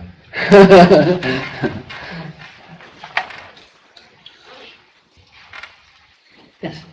I'm sort of searching for ways to stay out of my brain, and it feels like jail a lot. Yes. Okay, good. Good point. Okay, one of the major tricks in what I call this yoga, is textural engagement with your experience. Your experience presents itself unendingly and infinitely richly in a textural basis. Everything has texture. Vision, light has texture. Thought has texture. Sound has texture. Sensation has texture. Subtle vibes that we can't qualify have texture. Everything has texture. And this texture is non-conceptual and it's actual, it's real. And this texture reveals its unresolvability. Like the texture of light. Light has a certain texture. You can recognize vision. You know when you're seeing something that you're not hearing something. How do you know this? Because light has a texture. So what is the texture of light? It's a koan. What is the texture of light? Here it is. You're experiencing it. You even know it. What is it? And you can trip on it. You just go into it. You just like feel light. You are, I mean, we say we see vision, we see light, but see is a euphemism for feeling. Seeing means feeling with your consciousness. Hearing means feeling with your consciousness, right? Touch means feeling with your consciousness. What is it you're feeling? And this is not a question that's answerable in words, but it is answerable experientially. So you can be with the texture of your experience, and right away, very rapidly, you'll be beyond conceptualization. Even if your mind tries to play catch-up and tries to analyze it and spit it out. You know, one really useful thing to understand about conscious mind is it's localized, it's small. In the same sense that your field of vision is relatively localized. Say your field of vision is a fuzzy ovoid which sits right here, right? Wherever, right? Your field of thought is a vague, cloudy dimension that's somewhere up here with all this northern lights of thought showing in, right? You can't precisely localize these things, but they do have domain. You can go beyond your field of vision. Your field of thought does not impinge upon your field of vision. Your field of thought happens where it happens, your field of vision happens where it happens. Now, the big trick is that conscious thought is localized. It happens only where it happens, and it doesn't actually impinge. When you think a thought, it doesn't get in the way of your seeing light. When you think a thought, it doesn't get in the way of your hearing sound. It may seem to be happening concurrently, but it happens in its own bandwidth, in its own dimension, and doesn't actually impinge. We're not used to noticing that, maybe, because in our human mode, we sort of impose an analytical veneer of thought on all of our experience, and we may think of it as being somehow merged or somehow inextricably one field. But if you look very closely, you'll notice that light happens, light is not impinged upon by thought. Light is not impinged upon by sound. Sound doesn't block or enhance light. They happen in their own dimension and they don't step on each other's toes. But the real powerful fact in terms of freeing yourself from discursive thought is discursive thought happens where it happens and nowhere else. So when you're thinking, no matter what you're thinking, even if you're really torqued up, going a mile a minute arguing with yourself or whatever, it does not get in the way of the presence of light in your experience. It does not touch it because it happens where it happens and light happens where it happens. And so on, analogously, each field of your experience happens where it happens. And exactly, calling it where begs the question, what do I mean by that? Well, I can't say what I mean by that because, of course, this is not amenable to precise description. This is not describable. It's not finite. It's weirder than that. But nonetheless, it is true that these things don't impinge upon each other. So when you notice that, even if your mind is going a mile a minute, you can be outside it just by going to another experiential field, any other experiential field. And it doesn't have to be a sensory experiential field. You can just go to some subtle vibe somewhere, and they will be in a different place. They will not impinge on thought and vice versa. So you discover thought is small and localized. Every bandwidth of experience is relatively small and localized. And this is a very powerful observation, because then you can be outside. And by directing your attention, you can be either focused on or relatively outside of any field of your experience. You can focus on thought to the point that you almost ignore your field of vision. But your field of vision never stops. It's just a matter of relative emphasis. Or contrary advice, you can focus on your field of vision to the point where thought and hearing become less relevant. You just sort of, zeroed in on it. And you can play with this. You'll discover you have a broad range of navigation within the dimensions of your experience. And each of these dimensions is real, they're actual. Light is really present in your experience. What is it? What is it that's present? What is light? And again, you can't answer these questions analytically. Yes, you can feel it. It's real, and just feeling it, it will show you its reality as it is, non-verbally and non-analytically. You won't be able to say what you find, but you will be able to find. And this finding is powerful and it's actual. It makes me want to smile this big when you say that, because I really get it. Good, yeah, good, great. Yeah. I mean, this is real. The experiential field is actual. It's real. I mean, that's powerful information. If you're a spiritual quester, if you really want to address the spiritual riddle, the fact that the experiential field is real is really powerful information. Here it is. Check it out. Here it is. This is real. This is it. This is what all the fuss is about. It's all right here. It's all displayed. It's just up to your ingenuity and inspiration and luck at being able to check it out, to notice it. To go, the urge to get out of that mindset, that box, is so strong. Yeah.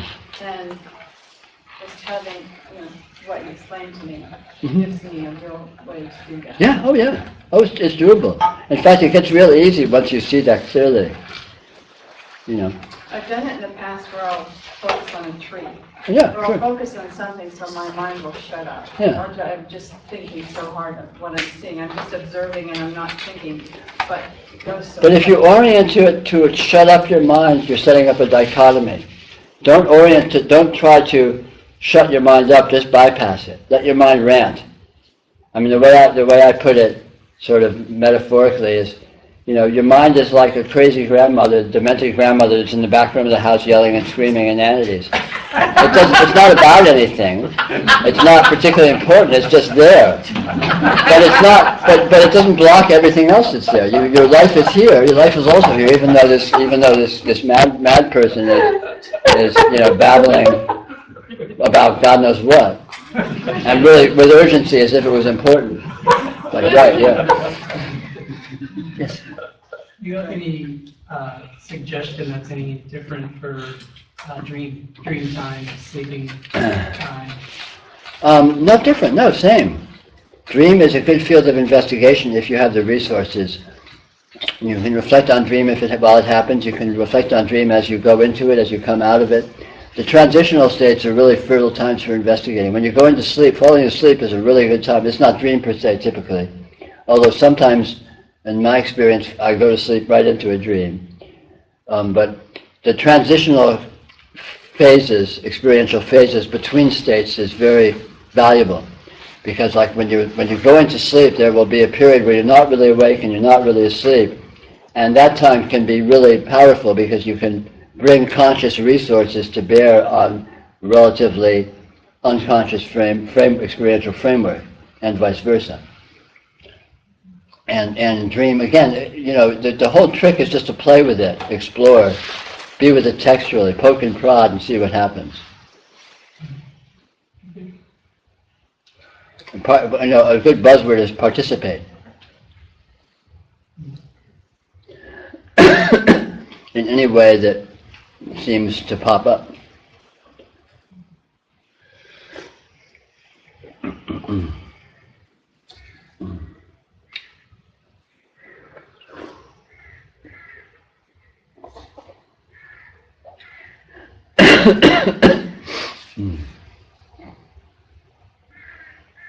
So I'm just playing with myself in reality. Yes.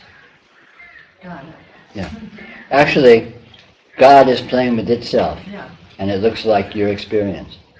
And yet, God is you, so yeah, you're playing with yourself. There's one of the Egyptian, in fact, in some other traditions, but one of the most notable ones and well-known ones is there's an Egyptian creative myth that has reality occurring as a result of God masturbating, and God is being, you know, pictured as a male in this case, so there's, you know, sort of a specific outcome and so on. And this is a symbolic reference to the circularity of experience. Yeah. You know, God is exploring itself, and that is reality. The entirety of this field of experience is an artifact of the Absolute exploring itself. And in fact, that's what realization consists of, is the discovery that this is the case. And you discover that your personal self is not a personal self without needing to not be the way it's always been. It's as much a personal self as it ever was, but it is actually reality itself that is experiencing your experience, and it's reality itself that is being experienced as your experience. And your experience is the entire field of engagement. It really is. No, I get it. You get to a point, when you're to this point, that's where there's no good and bad. You know, people want to say it at this level and it's ridiculous. Yeah. But you get to this level, there is. Yeah. It's just all of course. Processing through experience. Sure. Yeah. Of course. And it's entirely beyond the human framework of values, or assessment for that matter. Exactly. But not at this level. It sounds really stupid when people go, there's neither good or bad. I think, you know. Well, that is true in the way that it's true. And if you see that it's true, then you can authoritatively assert that. If you're just claiming it or aspiring to it, then, okay, that might be a neat strategy, and maybe you can get some mileage out of it, but it's wishful thinking, maybe, if you don't have the authority of your own self-verifying experience. Yeah.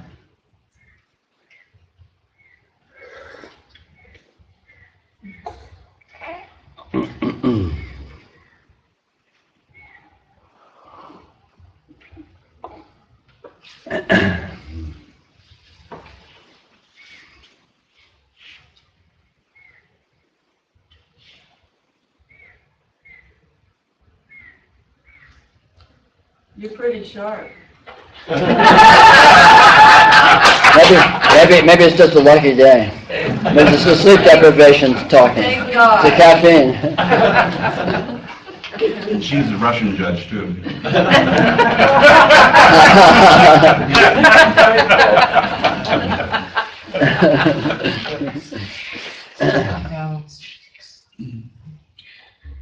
Yeah. I don't know. Can I say that what you're saying, the words and everything coming out, it's not something you planned, it's not something you organized, it's not coming from your necessarily knowledge. It's sort of, at least not all the time. Sometimes that may happen, but it just comes out. It's spontaneous. Yeah. In the moment. You're just saying, someone asks a question and then... I'm just making up bullshit. Yeah.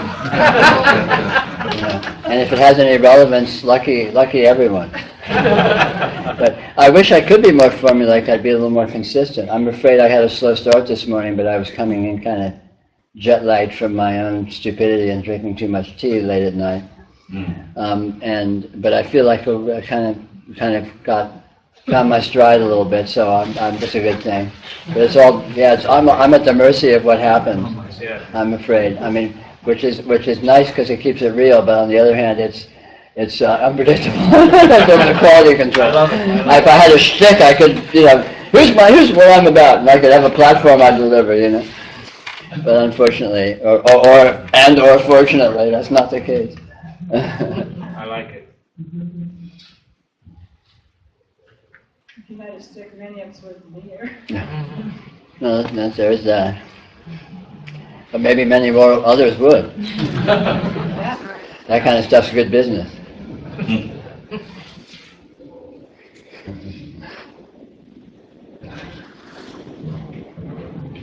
Why don't we knock off for lunch? It's 5 of 12-ish. And if we can meet back here around 1. There's a bunch of restaurants locally. I guess you all know the area or not. You can ask somebody if you don't. The delis and what have you. Yeah, down on Lake City Way, there's quite a few things. Great. Yeah. And we'll meet back here around 1, and I can hang out with you all till around 3. Is that right, Leif? Yes, right. Okay, I can go till about 3-ish. I have to catch a plane. That's right, yeah. Back south. So if you'd like to join me around 1, that would be great. And I'll be here. I know.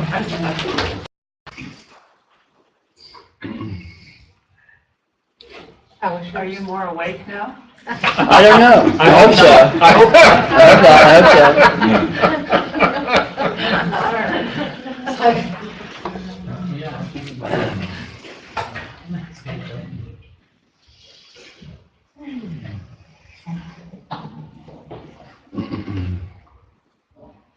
It's a lovely view. I'm sorry that you can't. I know. This way because it's so beautiful. No, it's arranged deliberately. The greatest grid for the greatest number. If I was facing that way, I'd be enjoying it, and you all would be looking at the inside the schoolroom. Lovely backdrop. Oh, are those the bees are? Yeah. Oh, The hives are only about 10 feet from the window. They're very busy. They're as bees busy are wont. bees. Yes. That must be how they got their title. That is correct.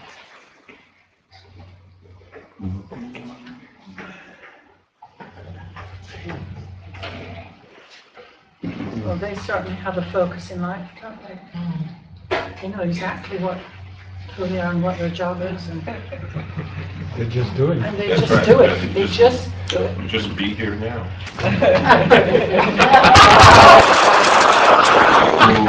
Too much wit in this room. It's a very witty group. They are being. They are being. I like that even better.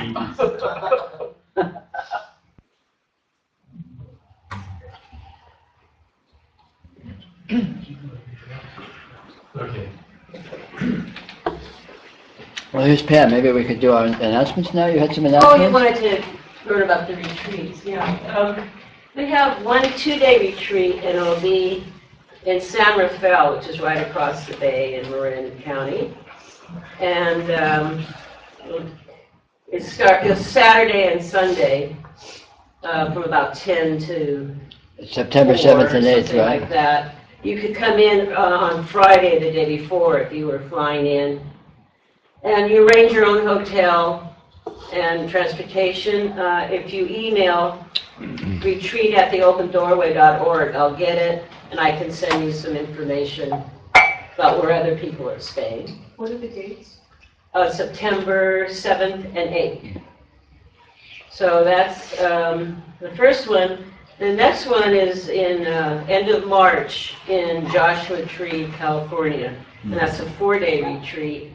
And that's sort of, I think, the only 4-day retreat, at least now planned for 2014. And it's really a wonderful, wonderful experience. And again, you can email me at retreat@theopendoorway.org. And I'll give you all the information. And that's March 30th through April 3rd. Beautiful time to be in the desert. Okay. I just have one thing to say. Is there anybody here that's coming from the Redmond area? Or nearby? I'm Bellevue. Okay, Bellevue. Does that work? Work for what? Right next to you needs a ride over to the east side. He's right next to your left there. He needs a ride, so. Would you like a ride? Yeah. I know where it is. Made a connection. Just one more quick announcement. Peter doesn't take any money for any of this. I collect all the money, and then I just put it in a jar, and I pay for all, like plane tickets and stuff. So in the future, don't use personal checks, because then I have to, deposit them, blah, blah, blah. And if you haven't put in, go ahead and do it. We try to keep the cost really low for an all-day thing, like 25, just so people can, it's available for people. Okay? So we're gonna split out of here probably about 3 o'clock, and I'm just gonna grab whatever's left there. So if you haven't put it in, do it so you don't have to run after me. Okay? Thank you very much. So much for business, now for pleasure.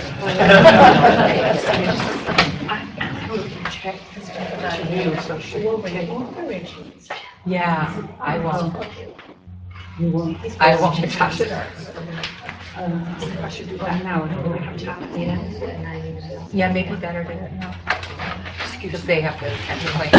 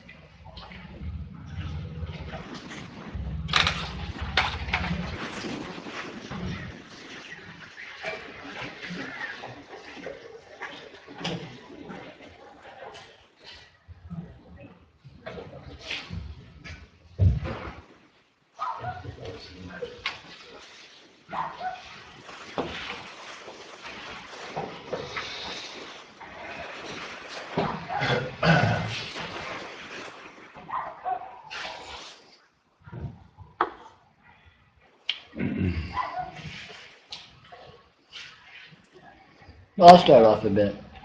Maybe I'll be a little more coherent after lunch. So how do we, if this is absolutely unresolvable, how do we come up with an apparent resolution that we can convince ourselves is actual? We do it by oversimplifying, we do it by averaging. For example, if I ask, what color shirt am I wearing? You might say black. And you might think it is black. Well, black is a very general answer. The exact shade that the shirt is, first of all, every single portion of it you see is a slightly different shade. And if no matter how precisely you look at it, no matter how small a portion you take, it's still going to be a very slightly different shade than every portion around it. And every portion you see and the way that you experience it is going to be a slightly different shade from itself in the next instant, because experience it breathes, it fluctuates, it twinkles, it's not stable. So the actuality of what shade this shirt is cannot be said. It's not a particular shade, it's an infinite spectrum of shades, and what any of those shades are cannot be precisely determined. And yet, we can easily say it's black and think we've answered the question, because the more generally you answer something, the more inclusive it is. Like if you ask, well, what's going to happen here this afternoon? Well, we're going to sit in the room and talk.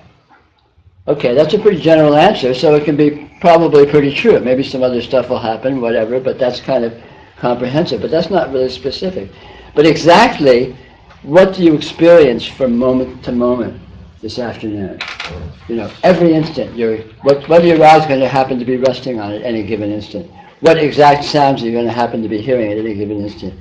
What exact colors are you going to happen to be seeing? What thoughts are going to happen to pop into your mind? What emotions and feelings and moods are going to happen to be wafting through your experience?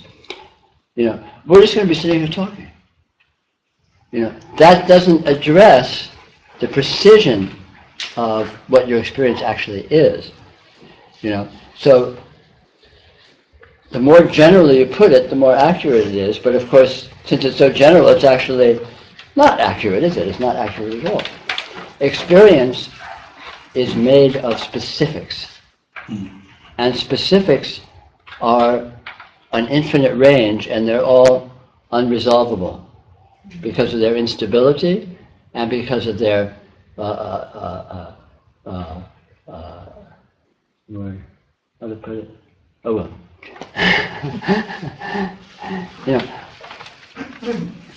the range of characteristics it presents experientially in any given instant is literally infinite. You know, how many colors are you seeing right now? Just right now, in any instant.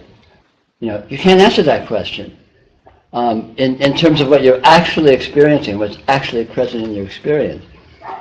You can say, oh, I'm seeing the colors of the spectrum. You know, I'm seeing 8 colors. You know, so the more generally you put it, the more comprehensively you can think you've answered the question, and you may feel like you've actually said something. But of course you haven't, because you don't see generalities, you see specifics.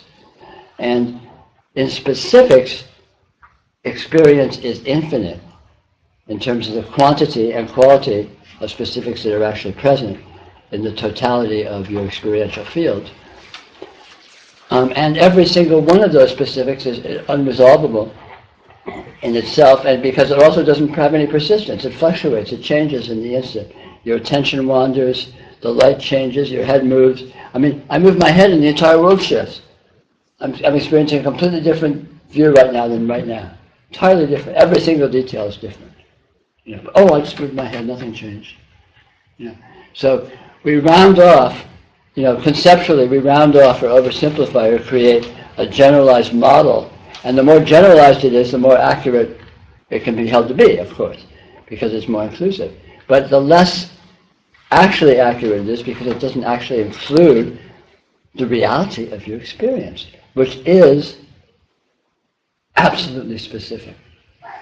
And all and every one of the specifics are completely unresolvable. Specifics aren't even isolatable as specifics, because again, you're taking a range. You know, it's like, you know, what color is my shirt? Well, what portion of my shirt? This portion. Well, what do I mean? This portion, or this portion? Well, this portion. What do I mean by this portion, or this portion, or that portion? You know, so you can zoom in indefinitely, and you keep getting more information, or you know, and that's all constantly breathing and fluctuating, and it never settles, never locks in to any stability. I mean, you look out this window, and you're seeing a different view every instant, and it never repeats. The angle of the sun is changing, your attention is wandering, your focus of vision drifts. You know, you notice different things, you think of different things, you focus on something. You know, it's this constant, you know, zooming in and out of experience. It's a complete dynamism and complete non-repeatingness. But, oh, I'm just looking at the window, it's just the yard. You know. So again, the more generally you put it, the more generally you model it, the more accurate it can seem to be. And this is the mechanism by which we create apparently resolved occurrence, circumstance, out of the infinite maelstrom and absolutely unstable actuality of the specifics and the details of experience.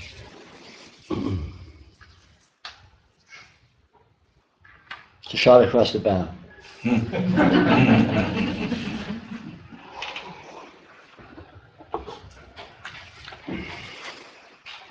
And noticing that is very simple. You know, just be in your experience and check out what you're actually experiencing in any given instant. And you'll notice, first of all, whatever you're experiencing in any instant, you've never experienced before. Never. And you're never going to experience again. You know, the water doesn't come under the bridge again. It's a new pattern, continually new patterns, new patterns, new patterns, new patterns. And all of these patterns present, the inherent intelligence that you are a manifestation of is expert at effortlessly identifying patterns. You can walk into a room and you can effortlessly and instantaneously identify humans, chairs, floors, walls, lights, pictures, clocks, blah, blah, blah. You don't have to even think about it. You just, as soon as your eyes open on the room, bang, it's just all right there. That's how rapid your spontaneous pattern recognition mechanism can kick in. And yet, again, this pattern recognition mechanism works by essentially generalizing. I can say, well, you're all people. My field of vision, I just look in a second and you're all just people. I can see people shapes, human shapes around me. But then each of you looks completely unique.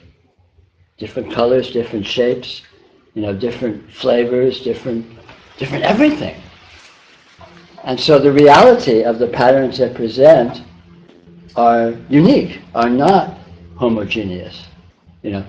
My experience of you is exactly you, and there's no other experience in here like that. And now it's already different because it shifts slightly. You move, I notice something different. The light's different. I mean, whatever, anything. And so there's this continual dynamism, this continual presentation of uniqueness that is always occurring every instant in terms of what you've actually experienced. Of course, this is simply and obviously noticeable. And in that noticing, you discover spontaneity. You discover this uniqueness. You discover, I have never experienced any experience that I'm experiencing right now exactly in the same way. Never. And it's already gone. Same now, same now, same now. Forever and every instant is a unique presentation of spontaneity, a unique presentation of inconceivably, bottomlessly rich meaningfulness, content, and it's all a one-off. Every instant's a one-off. And even calling it an instant, it supposes that an instant's resolvable as a specific finite thing. Obviously that gets very, very strange when you start looking at time. Well, this is now. Well, it's always now. Sure, but what exactly does that mean? Where is this now? What is this now? How long does it last? Well, it kind of doesn't last at all. So, and is anything ever here other than now? No. Past is gone. Past conditions just don't exist. Future conditions don't exist. Only present conditions exist, and the present has zero duration. That's pretty weird. It's pretty friggin' weird. But it's just now. Just hanging out, it's just now, like old. But you can, it's possible to be more precise, it's possible to be more engaged with the actuality of your experience and discover this amazing, unresolvable condition. You can't resolve how does time work? How is this appearing and disappearing?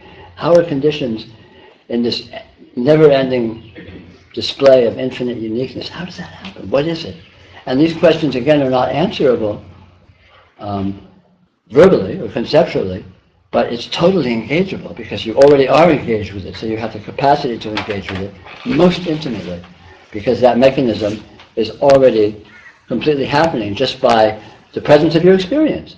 It's already a full-on engagement at a profound level of detail, interest, engagement, integration.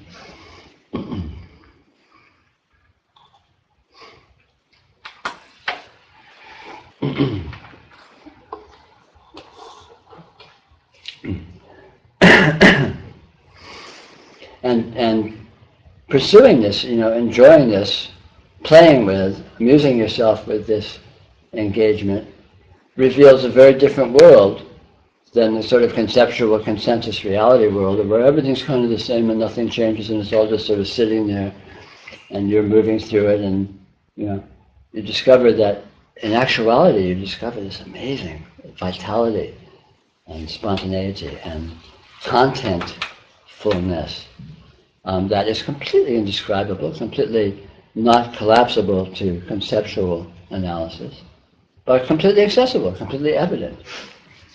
You know, the meaningfulness, the fullness, the pregnancy of content that fills your field of vision with all of these shapes and textures and colors and, you know, contrasts. And, I mean, it's just like, it's inconceivably rich tapestry of visual presentation.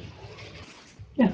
So with another way of putting it is you're experiencing experience unmediated by thought, sure. And as a result, everything is immediately brand new. Sure. And this is always the case. So that's always happening, even if you're thinking, and even if you're not allowing yourself to be aware that you are experiencing that consciously. Mm. Obviously, it's already the case, you know, or you wouldn't experience what you wouldn't experience. You wouldn't see your field of vision if you weren't seeing your field of vision, right? And you see every detail of it instantly, right? You don't need to sit for 5 minutes to piece together your field of vision in an instant. It's just there. It's, you know, absolutely instant, spontaneous. It's already being engaged with inconceivable intimacy and presence and detail. You can't stop it. You can't make it less present. You know, it's but it just. Can be hidden.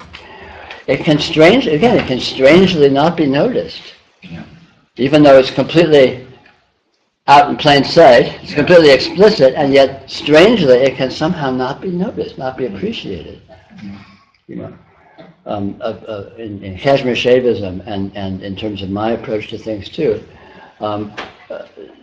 95, if not 100%, of spirituality, of spiritual achievement, of spiritual practice consists of nothing other than recognition. Yeah.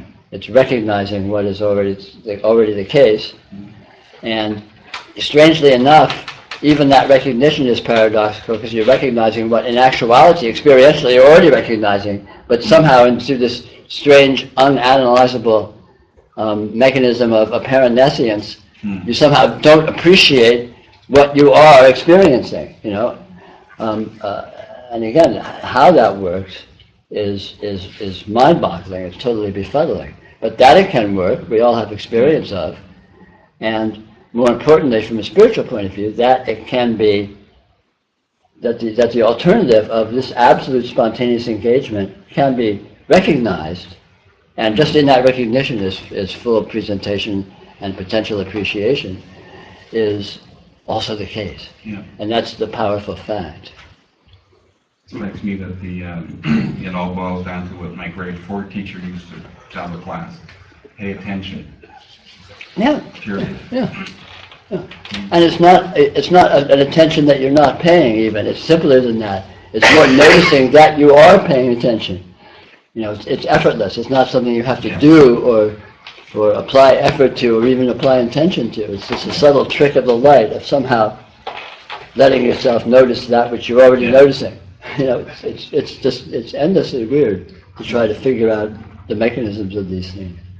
I think it's interesting what you're discussing, because I think I'm an artist and I paint from life, and it seems that, you know, I have a small class on Saturdays, and I often tell the students, you don't really need a teacher, because the teaching is right there, whatever you're looking at. You simply need a teacher to point out that you haven't seen, because I think our brains make a kind of shorthand so we can get through all this almost overwhelming beauty that can surround us. And so, for example, inevitably a student will paint a cherry as a circle, and if you actually look at a cherry, it's not a circle. It's got some flat sides and a side that bumps like that, and then an angle like this. And so most of the time, as I say, we're painting what we think is there, and I suppose it's like what we're talking about now. We go through the world saying, oh, tree, and we do our little shorthand for tree, but if we actually looked at the tree, we would see so much more. But I'm wondering if that's kind of like sort of a practical skill that we have in order to, you know, get to work on time and not be distracted, or... Well, it's hard to say. It may or may not be, and yet one can be with the actuality of your experience in its fullness and still get to work on time. So that doesn't really hold water in the final analysis for me. I don't know how this happens. I mean, you know, or why it happens. You know, the argument of, oh, you're going to be totally dysfunctional if you're with the fullness of your experience, which is sort of the fantasy, it's the claim of the conscious mind of it being threatened by being swamped by the unconscious content. The claim is, oh no, it'll be too much, I won't be able to function, I won't know my name, how will I know how to eat, how will I know how to get dressed? But it's not like that. Because in actuality, you don't function from your conscious mind. You don't know how to walk consciously. You know, how do you walk? Could you possibly think or describe to someone how you walk? Well, I kind of lean until I'm falling over, and then I move my foot so I kind of catch myself, but continue leaning so that I'm just slightly up. You know, it's like, what? You know, it's not like that. I just do it. How do I do it? There's a direct engagement with the energy of being that enables doing. How do you drive a car? How do you talk? I mean, how do I know to control my mouth to make these funny shapes and sounds so that they come out as words semi-coherently? You know, how do I know to string these words together more or less spontaneously in real time so that they are arguably semi-coherent and convey some content and follow some rules of grammar? I'm not like sitting and thinking, what should I say next? I'll try this. No, maybe I'll try it. You know, it's not like that, is it? You just talk. It's just there. So in actuality, our functioning has very little to do with our conscious mind, contrary to its claims and its posturing of all powerfulness. It's really a kind of a ghostly rider along with our actual functioning, and it's all very strange. Yet in identification with a conscious persona and with a conscious identity, we can somehow skip over all that and think, well, I'm doing all this and I'm doing it intentionally. I'm doing it consciously, you know, and it's just, the actuality is very strange, very slippery. And the relationship between, I mean, the whole mechanism of identification is very strange. You know, whatever you feel yourself to be, how does that happen? You know, and how can you feel yourself to be less than you are? You know, or other than you are, or anything. I mean, just this whole idea of being something. You know, the field of experience is present. How can you abstract out of that something that is you and something that is not you, when it's all equally present?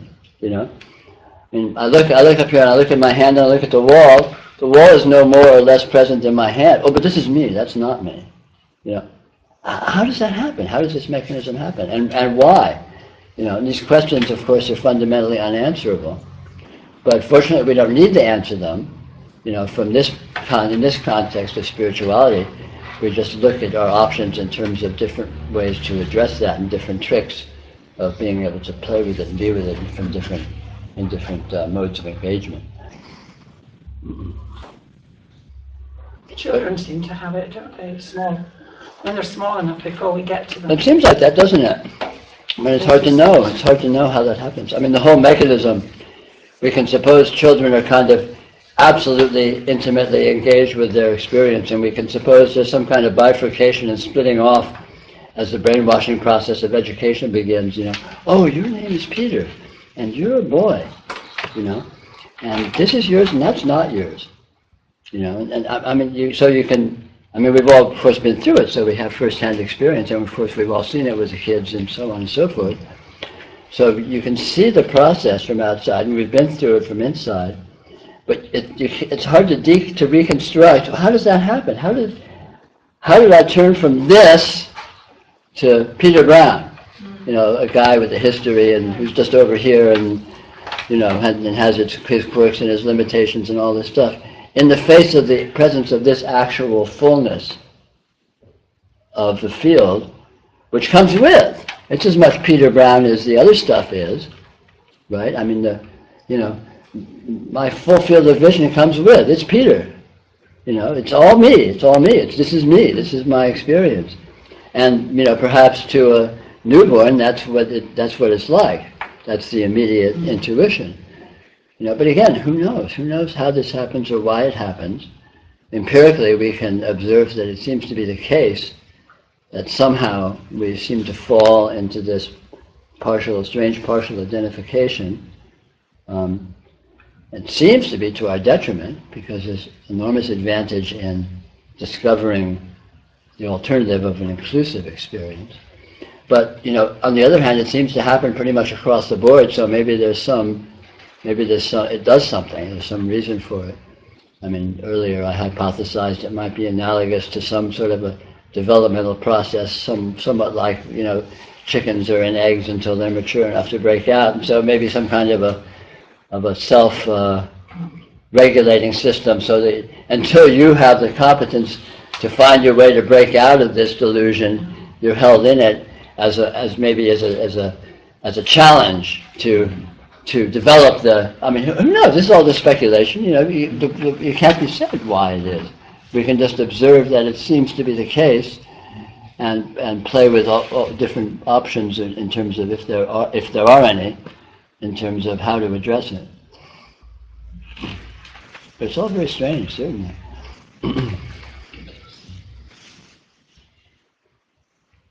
Yes.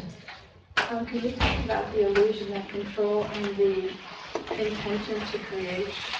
Sure. Yeah, it's all very strange, isn't it, again? Because there certainly is participation, you know. To say there's zero control doesn't quite capture it, but to say that there is control doesn't quite capture it either. It's strange the way this works. And again, it can't be pinned down. You can't actually come to the final word of how it works. You know, philosophers will argue, well, is there control or is there no control? You know, is there predestination or is there free will? All these kinds of things. But those are all straw horses. They're all, you know, partial arguments. The actual condition is much more multidimensional than that. There's certainly participation. There's certainly automatism. You know, I can move my hand. I can hold my hand up, and I can say, "Am I going to move it left or right?" I choose to move it left. So I kind of chose that. On the other hand, I can say, "I'm seeing those cabinets in the back of the room. Apparently, am I choosing that?"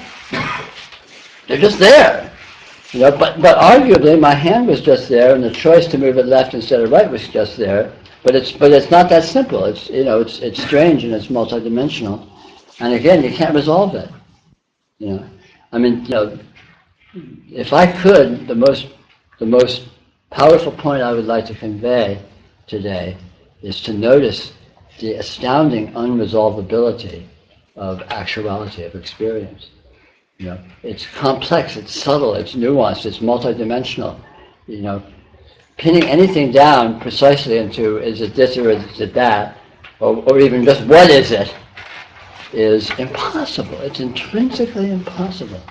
You know, and this fact is powerful, and it's a great opportunity, because that turns out to be a really good thing. You know, when we discover we don't know what this is, and we discover that our ideas of it are hopelessly partial, this is an opportunity to move into a much bigger actuality, to acknowledge a much bigger actuality that we actually inhabit, of this incredible multidimensionality that this actually is. And the only thing that keeps us from recognizing it is that we think we already know what it is. You know, we have our own unconscious beliefs. I already know what this is. It's a room. It's space. You know, it's my body. I'm here. I'm thinking. I'm perceiving. You know, I know what that is. But do I really? You know, what are any of those things? Can you really pin down any of them? What is space? What is a body? You know, what is here?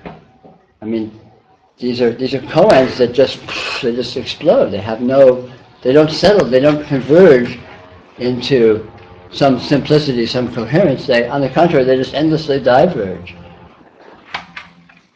And so here we are in this very, very strange reality that is exactly as it is, and yet it cannot be said what that is.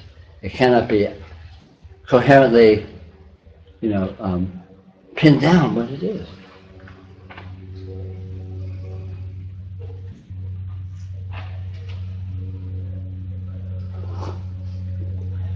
What you're saying, does it relate to when the Buddhists talk about impermanence? Very much so, all of that. I mean, you know, the basic principle that I'm most trying to emphasize today talks more about emptiness, or what the Buddha called anatta, which means that nothing has self-nature. In other words, nothing has coherence. Nothing resolves into being this or that or anything. You know, things are jumping off. Things are presentations of unresolvability. Things don't cohere into, you know. I mean, the simplistic way that's often put is things have no, you know, there is no self-nature. There is no ego. But this is putting it in psychological terms. It's much more powerful than that. Nothing is a thing. Things are presentations of clouds of information that don't cohere into a thing. There are clouds of information. If you look at any portion of that information, it resolves into clouds of information. You look at any portion of that, it opens to clouds of information. And you never get to a bottom. It's not like you study something and it tends to converge more and more and more into coherence. On the contrary, the more you look at something, it opens into more. I mean, you get to know someone, you have a friend, you get to know them, and at first they sort of seem to be this or that, and the more you get to know them, the more you find out about them. And the bigger they get, the more variable they get, the less defined they become. And you get to know them even more, and it becomes even more the case. You know, they open, they don't, you know, things are intrinsically infinite in this sense. Infinite meaning without end. You know, they don't have an end, they don't have a resolution, they don't have a finality, they don't have a specific sharp circumference that you can draw around them and say, yeah, that's it. It's not like that. It's, you know, it's very strange. And things present with such, it's very paradoxical and counterintuitive to a logical mind, because as we were talking about earlier, things present with such specificity. You know, there is such, you know, every color you're perceiving is exactly the shade that it is. And yet you can't say what any of those shades are. You know, every shape you see is exactly what it is, but you can't say what it is. You know, I see your face now, I'm seeing exactly the shape it is. But it doesn't resolve into coherence. The more I would study your face, the more different shapes and textures I would find endlessly, forever. I could spend the rest of my life looking at something like that, and it would never, I wouldn't know what you looked like. The closer I looked at you, the less I would know what you looked like. You know, because there's so much there. It's just a bottomless fountain of information. And all experiential content is like that. So in Buddhism, this is emptiness, or more precisely, anatta. I think the formula was no dharmas have self-nature, and by dharma they mean anything whatsoever.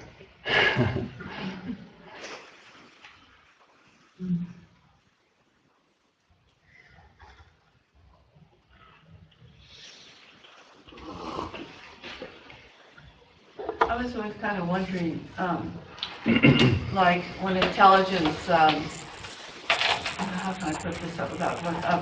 Like, I'll just give it quick. I wanted this vacuum, and I would go and wait for it to go on sale.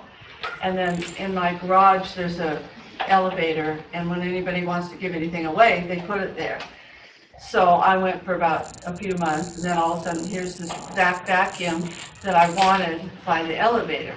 So just a little part of it. So my question is, so it appeared. I didn't do anything, and all of a sudden, I got this free vacuum. Mm-hmm. So the question I have about it is, and then other things happened, but then I started telling people about it, and it disappeared. As long as I kept quiet, things kept magically, everything I needed was at this elevator, sunglasses, things for my, don't rock the boat. My table. Yeah, it was really Magic weird. elevator. It just kept happening. So I started to question it, and I thought, I'm not going to tell anybody anymore because it stopped. Even if you have a great experience and you tell somebody and it stops. So I was just wondering, you know, what you thought about that. You just kind of keep it quiet and, you know, like Jesus says, go and tell no one, you know, when the man was cured of blindness. So you just keep your big mouth shut, and is it kind of the ego wanting to tell this, like, look what I got out of this phenomena? So I just, you know, kind of curious. You can't resolve that simply, and you can't resolve exactly how that happened or even what happened. Yeah. And you can't resolve what happens exactly when you start talking about it. And you can't resolve if and how it stopped happening. I mean, the whole thing is just a question mark. So any interpretation is too heavy-handed of an interpretation.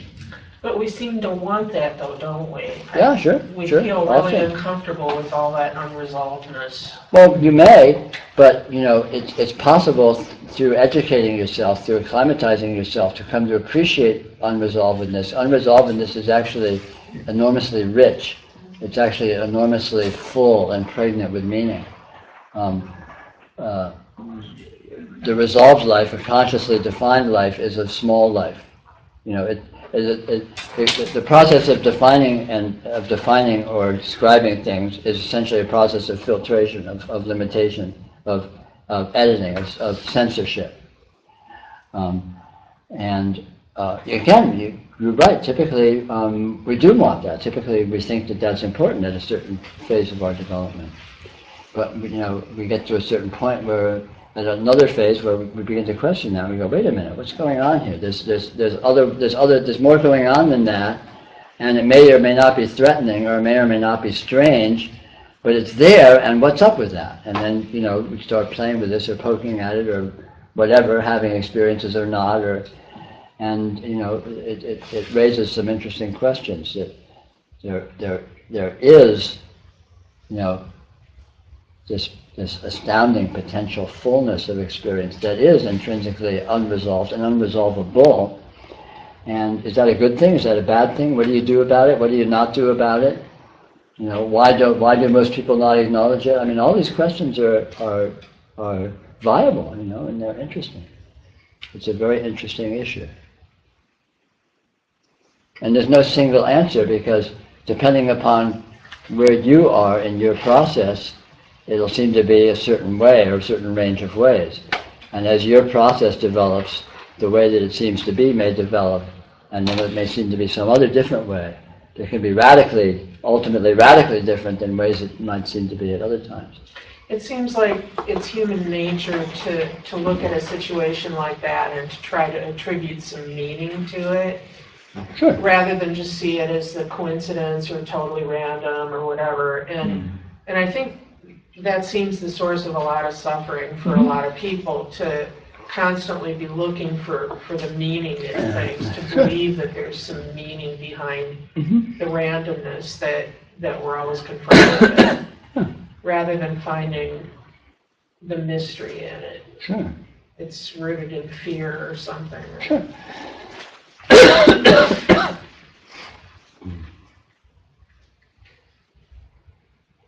You know, certainly, I mean, we all have experience of that. A lot of the motivation to clinging to a conscious existence or a defined existence is a fearfulness and an uncertainty of the potentially threatening nature of undefined experience or mystery or you know. So you think there is meaning, there can be meaning, but it's almost always not going to be what you think it is? Well, the genuine meaning is what it actually is, and what it actually is inconceivable and not capturable in any kind of conceivable meaning. But to come to recognize that and appreciate that demands a certain amount of maturity. And so you sort of have to come to that through your own process. You can't just leap to that or assert it or claim it. Unless you can, in which case more power to you. But typically, people have to come to that through their own process. Yeah. I mean, initially, at a certain point, even the notion that there is uncertainty can be very threatening. You know, and then at another point, maybe with a little more development, the notion that there's uncertainty is curious, and you may be interested in it. It may still be a little threatening, but there's an element of, wow, wait a minute, what's up with that? And there's curiosity about it, and so on and so forth.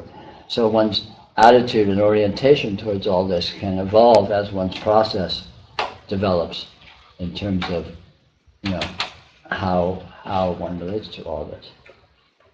Which is, you know, which again is basically defined wholly by where you are in your process, so to speak, whatever that is. And again, that it is a process, and even calling it a process is essentially naming a mystery. So you can't specify the process or a process or say what it is or how it works or anything, ultimately.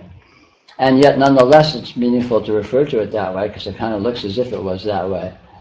at least, you know, in many phases.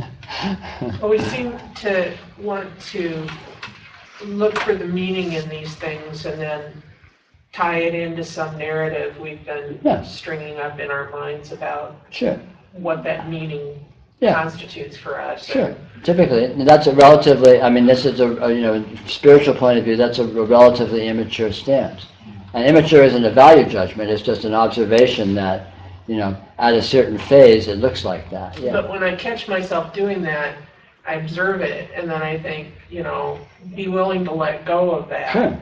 And that's but a more I mature. always experience some grief when I'm doing that. It's like you really want to cling, you know, to the idea of some kind of meaning, even if it's not the meaning that comes first to your mind when something happens. Sure. Yeah, that's what it can look like at certain other phases of the process, such as it is. Yeah. But that's not the ultimate orientation either, if there is one. And what it looks like, and the way it seems to be, and the way you seem to approach it, and the degrees of urgency various aspects of it have, morphs drastically during the course of this, you know, so-called process. You can come to a point where it's just the opposite, where rather than being threatened by mystery, you're threatened by definability.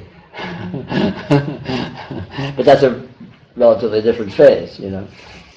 And of course, you know, it's very important to be genuine, be where you are, and if you are with things a certain way, then that's your medium of engagement, is to be with them that way, and through engaging with them the way that they seem to be, your process will affect itself, and then they will morph and develop organically and genuinely in terms of where you really are.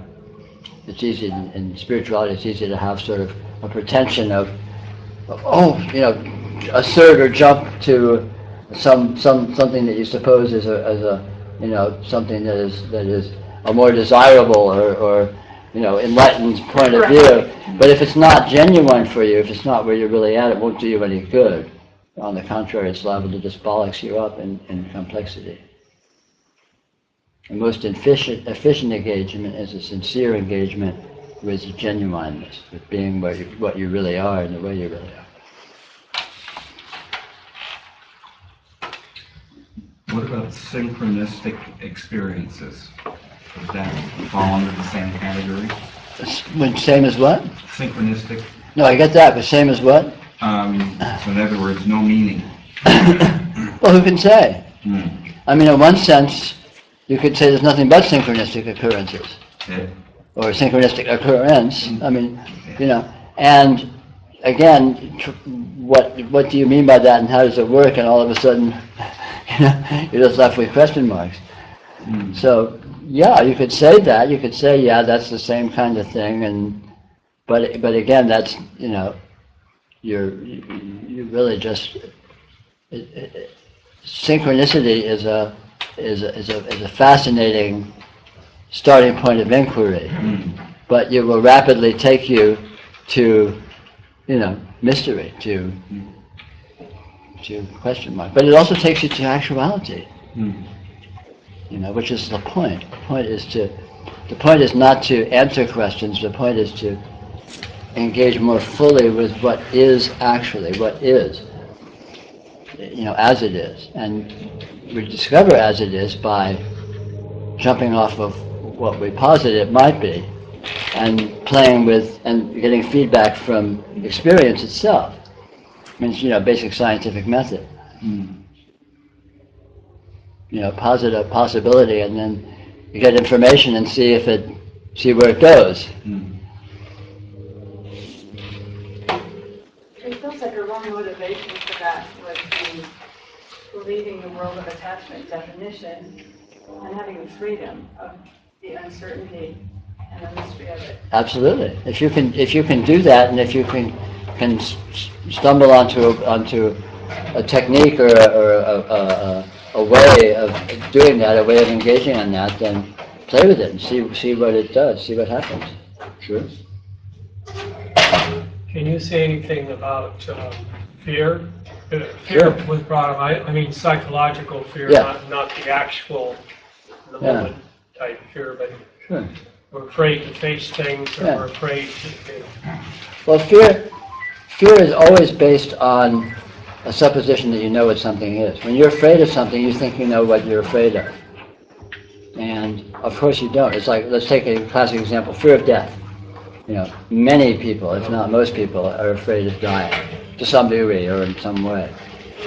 And, you know, if you look very, very closely at that fear, it's predicated on some degree of probably unconscious, but some degree of assumption that you know what death is. Oh, death is going to be a cessation, I'm going to lose everything. Or, you know, everything's going to stop. Or, I mean, whatever. I mean, I don't know, you know, for yourself it's, or for anyone, exactly what that is like is you know, their case.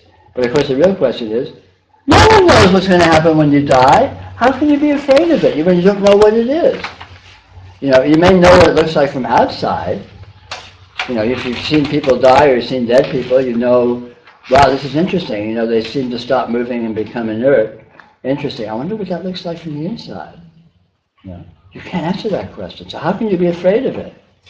You know, the only way you can really be afraid of it is if you have to come up with some answer, you know, typically unconsciously, to what it is. Oh, I'm going to stop, or oh, I'm going to this, or oh, that. You know, even if you don't verbalize it, there's some projected condition, and that's what you're afraid of, is your fantasy. You're not afraid of the actuality.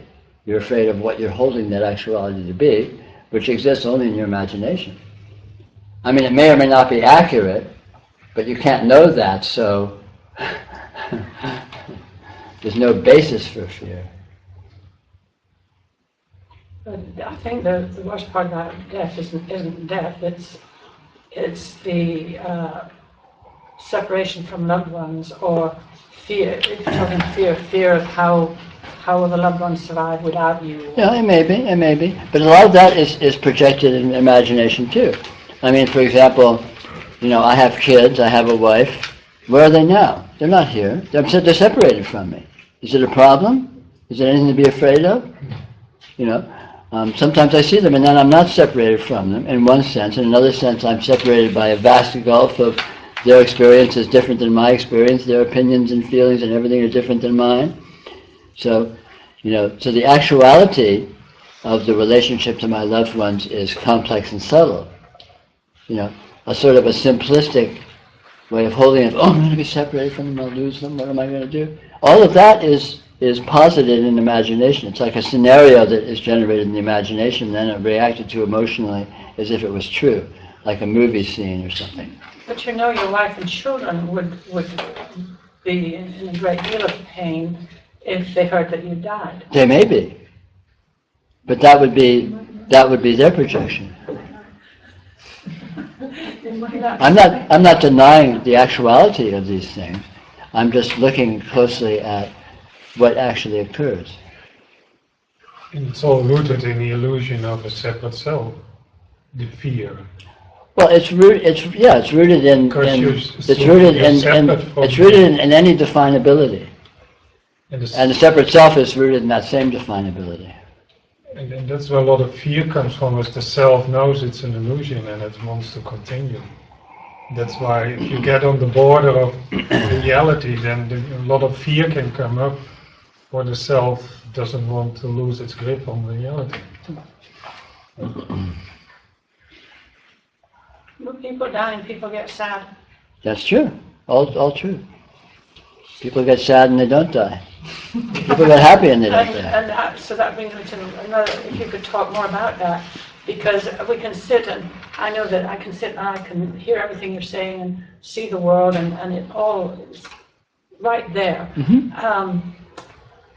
But then, and so it's like, I used to, when I lived in Washington, D.C., I used to spend weekends at the beach in the wintertime, and I used to think, gosh, I can be so holy, H-O-L-Y, you know, not holy, when I'm alone at the beach, walking the beach, being quiet, you know, But life has a way of coming. You go back to life, and it's not so easy. And if you have people, I think again, I could be so holy if I didn't have people I love. But when you have people that you love and you worry about some of them, if there's, their unhappiness, it's very hard then to be in that other place or to be totally present when you have this anguish and pain over a loved one suffering.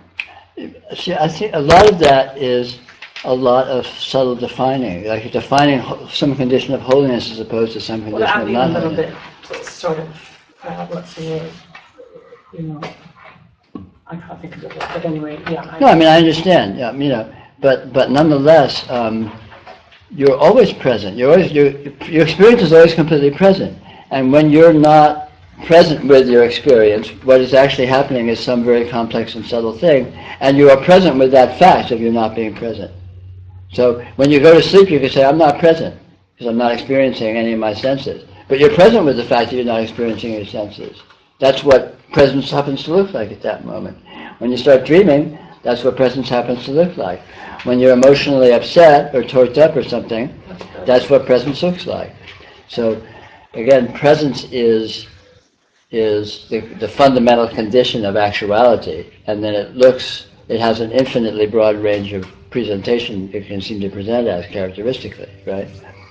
And we're all experts at categorizing these things in terms of desirable or undesirable, problematic or unproblematic, spiritual and mundane, or what have you, right?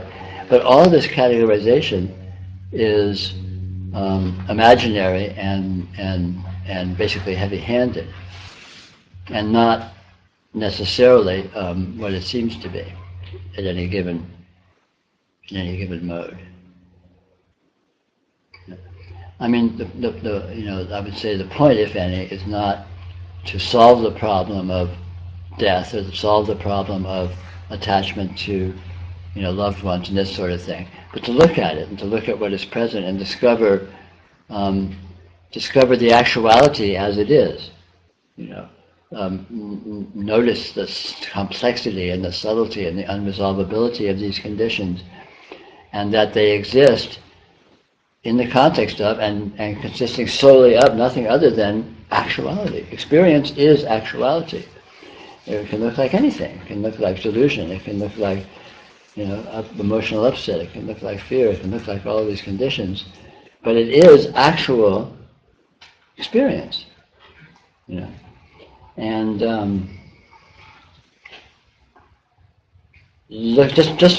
even looking at that fact is a fresh perspective, and offers the opportunity of further discovery of other ways of noticing what's actually present.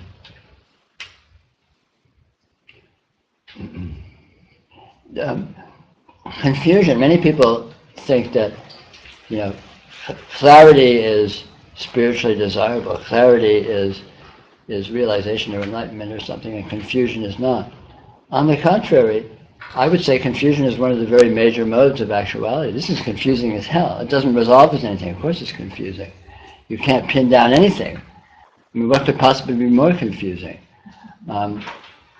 Confusion is not a problem, and confusion, when it's present, is always clearly present.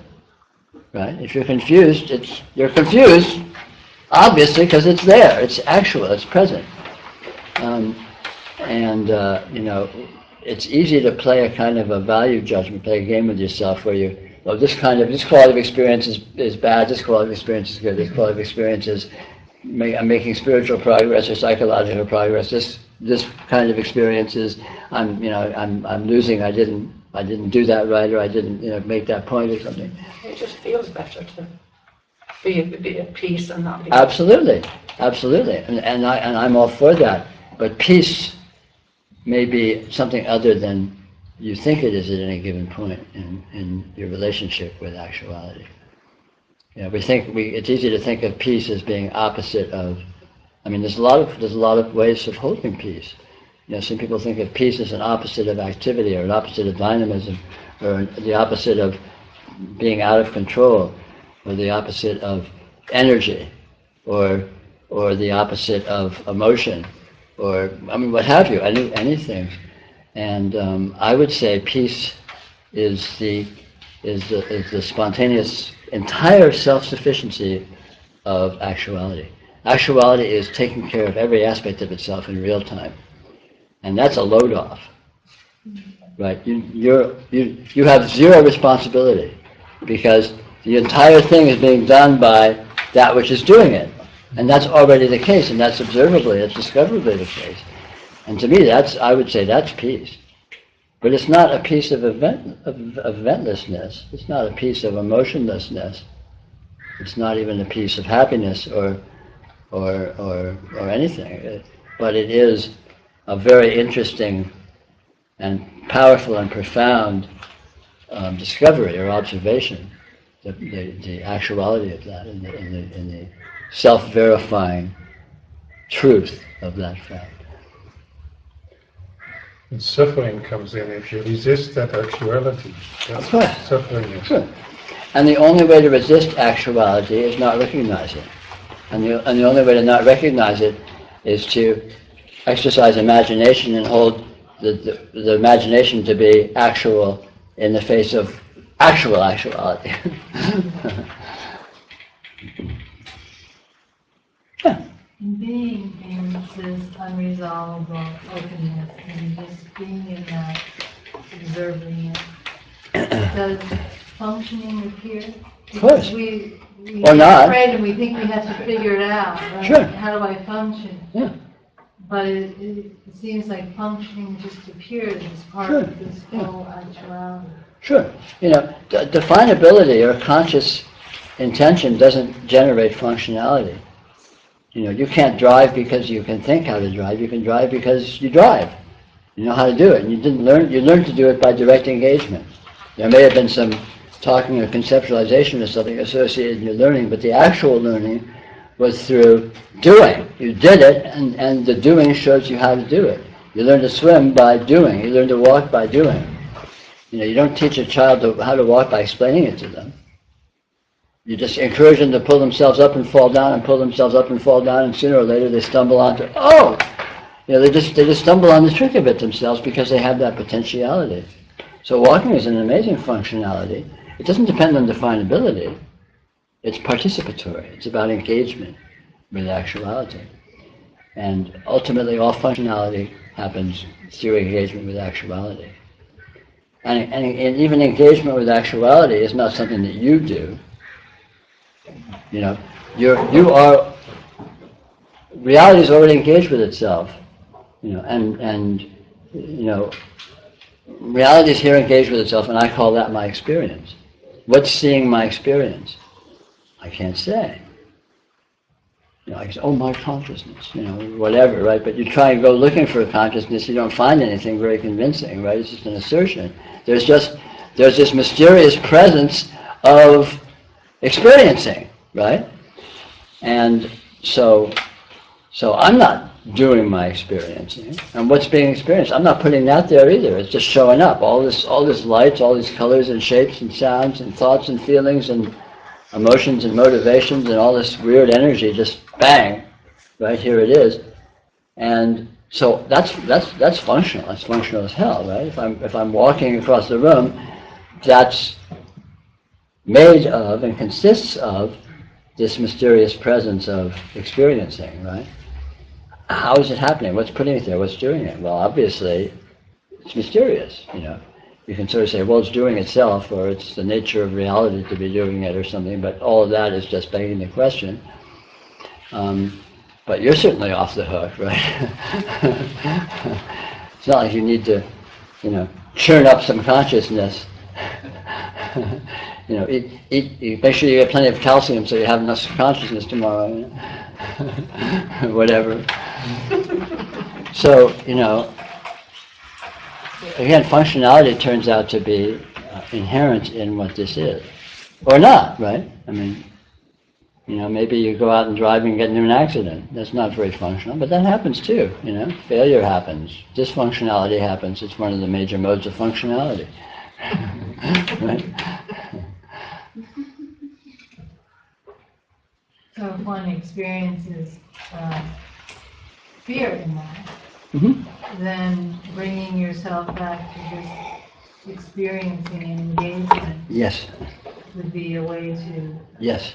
Because fear is always related to some defining, some holding things to be a certain way, either explicitly or subliminally, unconsciously. But when you go to the actual presence of, the mysterious presence of experiencing, right away you spontaneously are beyond defining, because it's so obvious that this is undefinable. And so even if that defining is still occurring as just by habit or by, by a long, familiarity of doing things that way, there's less orientation to it, and so it will be less powerful. And ultimately, that defining, that urge to define, is revealed as irrelevant. And it may continue. It's possible to discover, for example, that thought is always inaccurate. Always. Not like sometimes or usually or occasionally, but always. It's not necessarily completely irrelevant, but it's always inaccurate. And when you discover that conclusively, it doesn't necessarily mean you're going to stop thinking. Thought may still occur, but since you have the certainty that it is not accurate, you're less likely to be seduced into just hook, line, and sinker buying whatever you happen to be thinking as being exactly the literal truth. And likewise with holding things to be a certain way. So again, the more you go to direct experience, which is so obviously unresolvable, so obviously undefinable, then defining may still occur, just as something that human consciousness does, as byproducts of thought or what habit or what have you, or, who knows. But there's less of an inclination to give it any weight or importance, or to orient to it as being particularly relevant. That's where there's sometimes a problem that thought, where you really need it to figure out your bank account and do all these things, and it's really important, and to plan ahead. But you said thought is always inaccurate. Sure. So it's not that it's... well, it's inaccurate it's inaccurate in analyzing actuality, but it's useful for playing games that are thought-related. I mean, your bank balance is a thought-related game. It's nothing. It's numbers on paper, and the intelligence thought can effortlessly address it.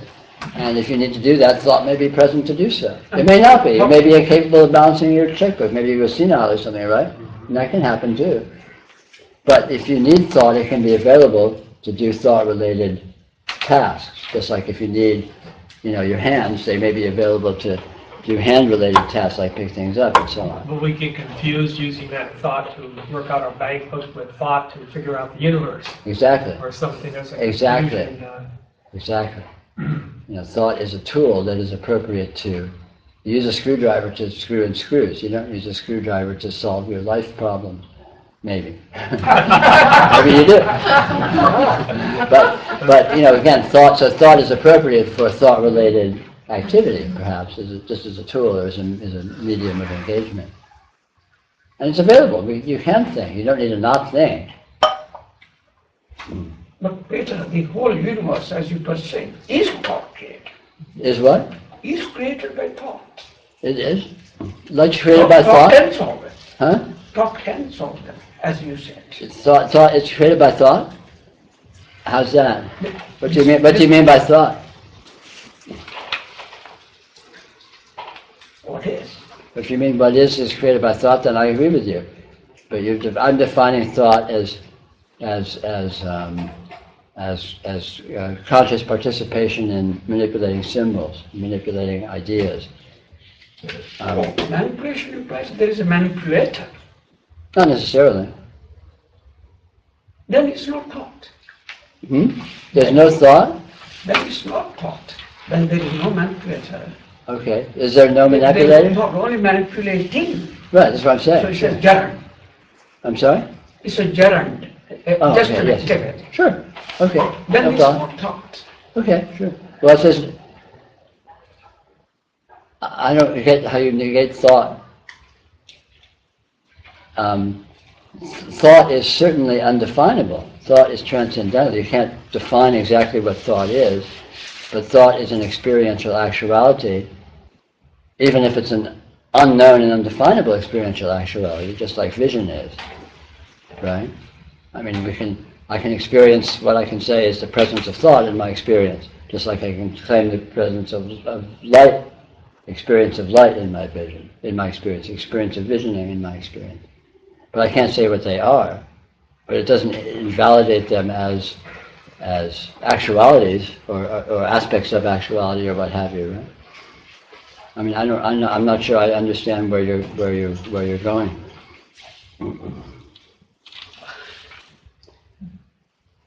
Perhaps terminology, a difference of terminology. Yeah, sure. That's always a challenge. Using words to try to refer to reality is kind of like using bowling balls to try to refer to nuclear physics. You know, there's not really a one-to-one correspondence.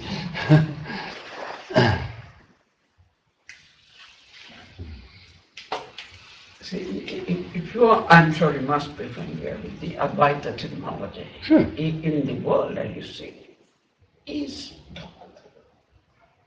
well, see, in that sense. Yeah, but if you can say that it is thought. If you define thought as a subtle energy, but you can't. I mean, you can't say anything is anything else when both the anything and the anything else are question marks.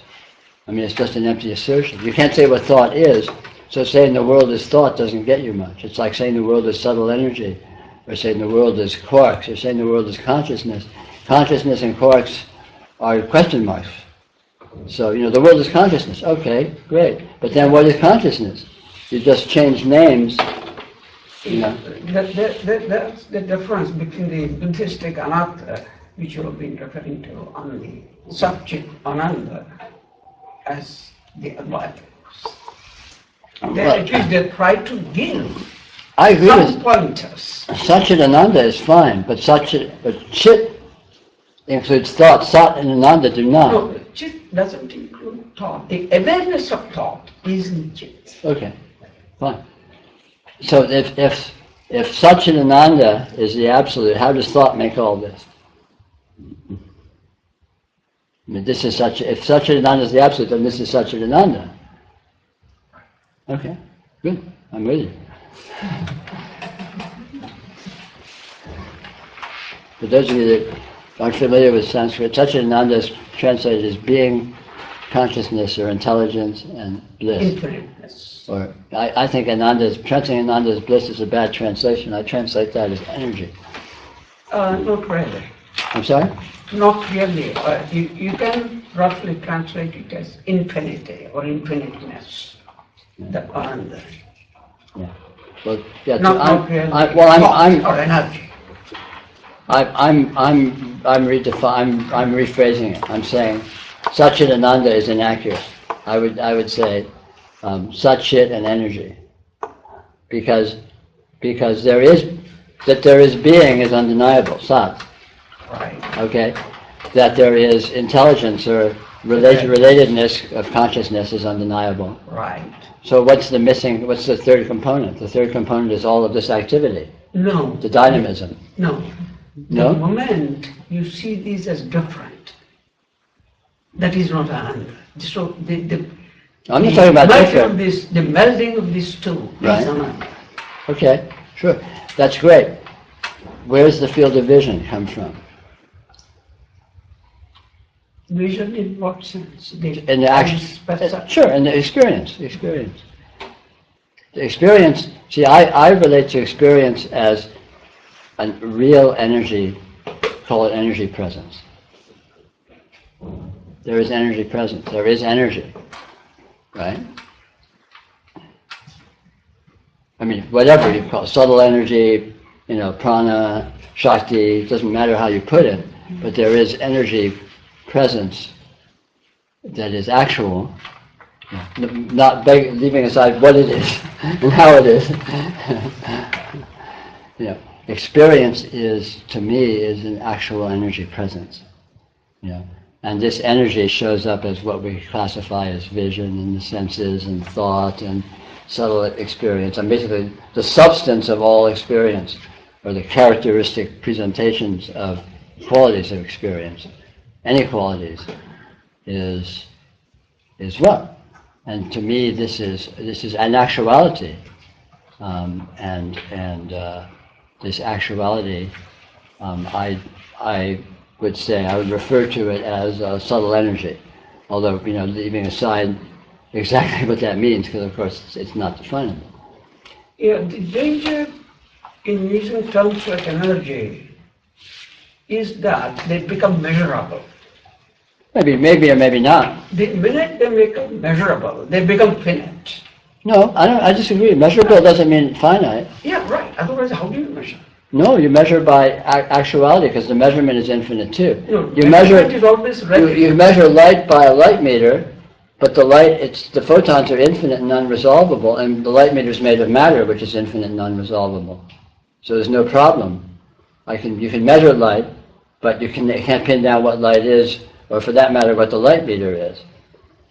You can see light with your eye, but you can't say what the light is, and you can't say what your eye is. Ultimately, in terms of defining it, because again, it resolves into the absolute. It resolves into the primal condition. Right? Whatever the eye is a manifestation of absolute reality, and likewise, whatever light is a manifestation of absolute reality. You can say a manifestation, an expression of it, however that works. And as such, it has to be infinite. Even if it may seem finite, like we think of matter as finite because we misinterpret it. We think of it as finite, but it is actually infinite, which is kind of the whole central focus of my attempted talk today, is the unresolvability of actuality, essentially the infinity of it. But anyway, the way things are put, I would say, is not particularly important, because it's essentially a transcendental condition which cannot be precisely analyzed anyway. So all these ways of putting it, even the most artful and the most profound, are more in the category of poetic allusions than definitions. So, does it all appear in consciousness? Can you say that? I don't think so. How do you define consciousness? I don't think there's such a thing. I think consciousness is an assertion that can't be found. Because all what is to perceive it, you don't need consciousness to... Maybe not. Suppose not. Suppose it's just perceiving. Suppose it's just present. The supposition is, it's present to consciousness. Or it's all consciousness. That's a different it's all anything. That's just throwing a different word at it. Saying it's all presence and saying it's all consciousness. We can say it's all peanut butter or it's all eggs. But what it is this, that it is, regardless of what name we're using as a label for that. If there is a consciousness that's somehow differentiable from something that's non-consciousness, then that might be interesting to investigate. But you can't find any such thing. You can't find any consciousness that's separate from anything. And you can't find anything that's separate from consciousness. So consciousness turns out to be an empty word that refers to this unified fact of experiencing. They talk in the East about emptiness as the source, and that of manifesting. Everything is potentially there in emptiness and material, and then in reality it's all a manifestation out of emptiness. Sure, that's fine, but there's no out of. Mm-hmm. This is the emptiness, this is the manifestation. If there's any emptiness, where are you going to find it but right here? If there's any manifestation, where do you find it but right here? Is it sort of like the field that the physicists are always trying to identify? Sure, this is a unified field. The field. Sure, this is a unified field. This is reality. So that might be a better word or phrase. Sure, it's a fine word. But it's just, again, it's just putting words to the indefinable, right? Yeah. The important thing is the actuality, yeah. Not how you're referring to it or what you're holding it to be. And the actuality is this here. This that is here. What is here, probably the clearest way that we usually refer to it in common parlance is your experience. What is here, as far as you know, is your experience. That's comprehensive. You can't find anything that's not included in that. Anything.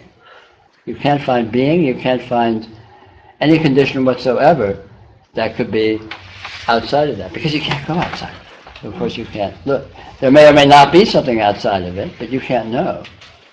If you did know, then it would be in your experience.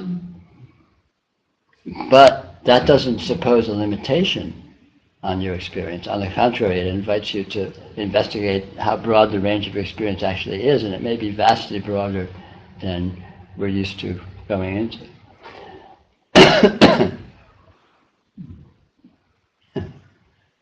So reality is experience, and you experience others. And I've stood beside someone who's died, and it's so clear there's nothing. It's gone. Right? And before you said something about there's just I. Mm-hmm. And I guess my confusion is it's hard for me to resolve the I and the other energies, or the other, is that Where do you find the other energies? within myself? You find them in your experience. Right. Of course. So classifying them as other is kind of arbitrary. Okay. You know, what you find me in your experience. You might be dreaming. Suppose you wake up and you were lying down and you, wow, I dreamed all that. Was anyone really here? Who was here? The dream you had last night, how many people were in it? So there are many experiences. I mean, you're having your own experience. As far as you know, there's only one. As far as I know, there's only one experience. You may or may not exist, and you may or may not be experiencing in the way that I do, but I can't know that. I relate to you as if you do, and in case you do, in case it could possibly be of any benefit to you, but I can't know that. So ultimately, this is just my process. For me. Very rude if you did. I am alone. Yes, of course. I mean, this isn't even philosophy or theory. It's simply empirical fact. How many observers are there in your experience that you can verify? Yeah, myself only. Of course, of course. And you cannot find another one. Yeah, there may be or not, but you can't verify it. Yeah, but this is not Buddhism again. You are coming to Advaita. Well, I don't care about any isms. I'm interested in this actuality. I see you sort of merging two. Yeah. Also. Yeah, I'm not. I mean, there's what I consider useful information embodied to various degrees in all traditions. Again, the accent on to various degrees. But this is not a tradition. This is an actuality, and it is what it is, and it can be addressed directly without needing to go through philosophy, without needing to go through, because this is the presence of your experience is direct access to reality. You don't need to go to a book for it. Right. But if you go to a book, you're just being with your experience in the form of a book. So does one... Sorry. So I'm confused about whether you create, people, the other, like some you don't like others, some are a problem, some are. That's just, why, I mean, is it, if it's not coming from you, I mean, it is. But this whole notion of what is coming from me, it's here. Where does it come from? Where does anything come from? So are you just the observer? I don't know. The observer can't be. There's no observer that can be separated from the observed. You see me. Are you over there, and am I over here? Where do you see me? How can you see me if I wasn't in your experience? So the observer, this is in the observer, right? How could the gap be bridged? Somehow I'm feeling like there's some responsibility in the world you create, or the world you observe, or the I that There is responsibility. The responsibility for you to be what you are. A cat is responsible for being a cat. You're responsible for being you. A rock is responsible for being a rock. A serial killer is responsible for being a serial killer. Politician is responsible for being a politician. Or a serial So if you look inside and try and find the I, you have to keep looking. Of course, I Where is is she? an, I is an assertion. I is an assertion. Just look and you just This can't experience, find her anywhere. experiencing the presence of this, of let's say the presence of the field of your, what you might call your experience, is an actuality. You know, whether there's an I is an assertion that can't be found. This actuality is undeniable.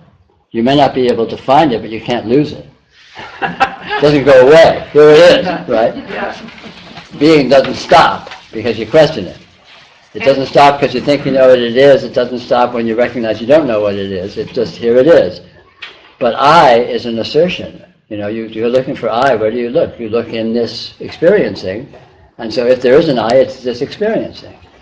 Where do you look for others? If there is an other, you look in this experiencing. So others are this experiencing. You know, anything you look for, you have to look in this experiencing.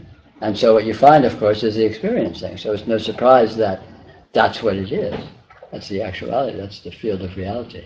And it shows up full blown. Of course, There's instantly. no. You don't need to. You don't need to put it. You don't need to put it together every moment. Well, look at it. Right. I the know. fact. It's like if they're real. That whole idea that I'm sort of building up something isn't actually true to my experience of it at all. No, It no. is just here. Instantly, in real time, spontaneously. Just bang, absolutely instantly. Everything. The experiential field is completely full every instant, with absolute newness and absolute spontaneity. And you said, and I just wanted you to repeat it, and so I really heard it right. You said that the meaning, when we, a few iterations back, when we were talking about meaning, that the meaning is the experience. Is that how you put that? Of course, if you're looking for meaning, where are you going to look? In experiencing. So that's what you're going to find is experiencing. So if there is meaning, to the extent there is meaning, it is this. And you know, I think you will find if you look closely, you won't be able to say what that meaning is. But I think there's a profound meaningfulness. But it's not a human meaningfulness. It's not a conceptual meaningfulness. I would say the meaningfulness is probably closer to the slang word juiciness than anything else. You know, the meaning is the life force. The meaning is the Kundalini. The meaning is this amazing fullness of expression, and it's in all of its multidimensionality. And it's you. It's right here, always. Never goes away. It's yours for the playing with and playing with and flirting with and playing hide and seek with and. I guess that's what I love about the Sumi work that I do, which is black ink play is what I call it. It's a very contemporary way of working. And with all the 10,000 brushstrokes that I've learned in the past 10, 15 years to get it right and get it perfect, as I work along, it's the accidental or the mistakes that are the juicy strokes that teach me more about myself or teach me beyond myself that I could never skillfully, ever artfully do in a lifetime. Sure. So, And if you look in your experience, I think you'll find it's the spontaneity, it's the surprises, again, that are the revelation. and the problem is though, is that I want to recreate that over and over again, but I get in my own way, you know, and so. It's a paradox, yeah. Yeah, so how do I do that? And so And you, there's a different kind of mastery. you inevitably do it, because Right. you can't help but be Right. spontaneous. Right. Even if you're trying to formalize it, you fail. Well, the only other. Because actuality is always diverges from your intention. What you actually do will always be different than you think you wanted to do, or tried to do, Well, to some degree. One possible solution would be to put a paper bag over my head and see what happens that comes out of that. But then that would not be working, as you stated earlier, with some intelligence or some awareness or some attention. Well, right? that's a kind of intelligence. It's just a different kind of intelligence. It's an automatic intelligence. A stupid intelligence. No, I'm just kidding. Well, stupidity is a kind of intelligence. Yeah, right. That's no intelligence. So could you say that experience shifts as our attachment to concepts and defining the tethers to that volition. Right. That experience. It doesn't actually shift, it seems to shift. What it seems to be seems to shift quite a bit when you relate more to the actuality and less to your habit of defining it. Because the defining serves like a kind of a hypnotic filter. When you hold things to be a certain way, it becomes a kind of a self-fulfilling prophecy, a hypnotic self-fulfilling prophecy, where you tend to notice things that seem to reinforce that. And you tend maybe to be less sensitive to things that seem to contradict that. Whereas when you're with actuality itself, it's unpredictable what you'll notice, because there's no filter, so you don't know what's going to present. And so it's a much broader palette, it's a much broader spectrum of possibility. How do you know when you're seeing through the filter versus actuality? Well, it's not really important. If there is a filter, it is actual. So if there's a filter, see the filter.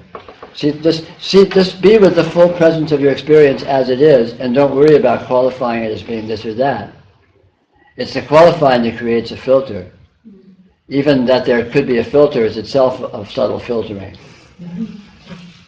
You know, because even if there is filtering, it's actually ultimately an unknown. You can't know what it is or how it works or what's doing it or what the point of it is or anything. So even filtering or you know, internal psychic censorship or self-hypnosis is completely mysterious. You can just trip on it. It's like, wow, look at this. How can this happen? I guess when it comes up is, for example, in a situation where you might ask oneself, am I experiencing this as it is, right, or am I approaching this through a conditioned experience, or you know, right, whatever reactivity or whatever? And sometimes there is a litmus test for that. There's a rule of thumb for that. If it seems to be anything in particular, that's a sure sign that you're experiencing it through a filter. Because actuality cannot be pinned down as being anything, as being this or that, in the most broad possible sense. Huh? If you're asking yourself that question, am I seeing this? Am I? Oh, sure, subtly. Sure, that's an aspect of it right there. Already there. Right, but even more generically, if you look at even if you're not asking that question, if you look at experience, and you feel anything about it that seems obvious, that's a sign that there's a filter. Because experience is entirely, completely, intrinsically mysterious and infinite. And it is obviously so. And if you don't see it as that, that means you're holding it to be this or that. You know, in the broadest possible terms, you know, anything whatsoever is a filter, is a conceptual filter. Time and space are fantasies, are definitions that are imposed on this. Location is a definition that's imposed on this. Sentient beings is a definition that's imposed on this. Certainly things like good or bad are definitions that are imposed on this. Objective and subjective are definitions that are imposed on this. This is a complete question mark. I mean, complete. Like, I can't possibly emphasize how complete a question mark this is. And if there seems to be anything whatsoever that seems to be a certain way, in any degree whatsoever, that's a sign of relating to it through typically unconscious interpretation. That's basically imagined and held to be objectively true. For example, if you talk to other people and you think they're really there as other people, that's a sign of subjective filtering. They may or may not be there. The shapes of them and the apparition of them is there in your experience, but you can't know whether or not they actually exist in the sense you exist. And if you feel like they do, you're supplying that in your imagination. I mean, typically not deliberately or consciously, but typically it's just an unconscious way of holding things. Or if you think of yourself as your body and other aspects of experience is not your body, you're supplying that in your fantasy, again, as a subliminal way of holding. All these are very typical. They're typical sort of consensus reality worldviews that we've all been steeped in. So it's quite understandable that, we tend to hold things this way. But all of these holdings exist only in imagination. The actuality comes with no explanation. That the cabinets on that wall there don't have a sign on them saying, this is not my body. This does not have a sign on it saying, this is my body. This appears in experience, they appear in experience in exactly the same way. When I go to sleep, they all disappear equally at the same time. When I wake up, they all appear equally at the same time. There's no difference whatsoever in the way they appear. So why is this me and that not me? Unless I claim it. See? Now, again, we typically do this unconsciously, so we don't recognize we're supplying that definition. We think it's just objective. Of course it's, what do you mean? This is the world, it's not me, this is me, that's, and we just take it for granted that that's objectively true. And that is the symptom or the sign of these filters. Anything that seems to be a certain way. Because the way everything is a complete, utter mystery in actuality. This me, not me, that definition, it breaks when you talk about hunger. How so? If I feel hungry and you eat the food, my hunger is not satiated. Sure. Right? So the me, not me, differentiation really shows up there. Well, hunger is present experientially, and your hunger is not present as an experience for me. Felt as hunger. I may hear your words, hunger, say you're hungry, or I may see your behaving as if you were hungry, but I can't know if that's true. I may be asleep and dreaming you, in which case you're telling me you're hungry. It's just an apparition. You're not hungry, there's no you. I'm dreaming you, you're not there. I can't know whether or not I am. Maybe I'm asleep now and dreaming all this. How does that relate to empathy? I mean, I think that is... Empathy is something that one feels. Because... You can feel empathy in a dream.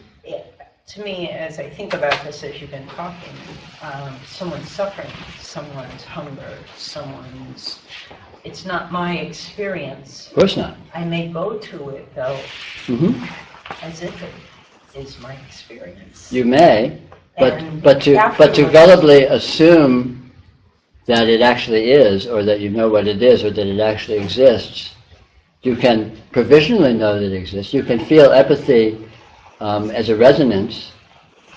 There's nothing wrong with feeling it, but see that it is a question mark. It's unresolved. Name afterwards. Yeah. Some reaction that is happening to someone suffering. Because your empathy about someone else is about you.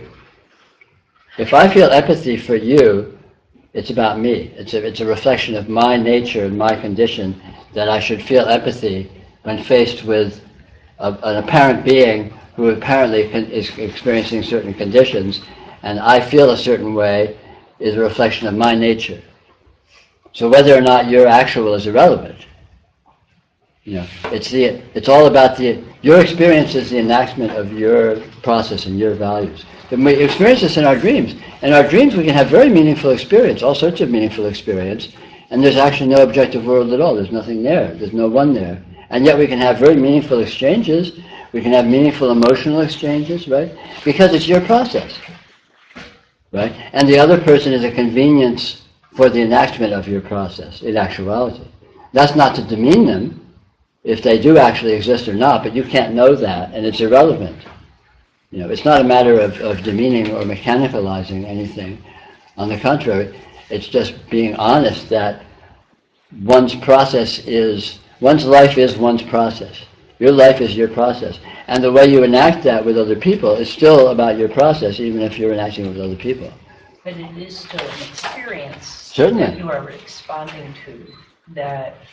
Yeah, exactly. It may not be real, but it's what you're Sure. experiencing. Exactly so. You're responding, it's about your response to an apparent energy condition, let's call it. And whether or not it's real doesn't matter.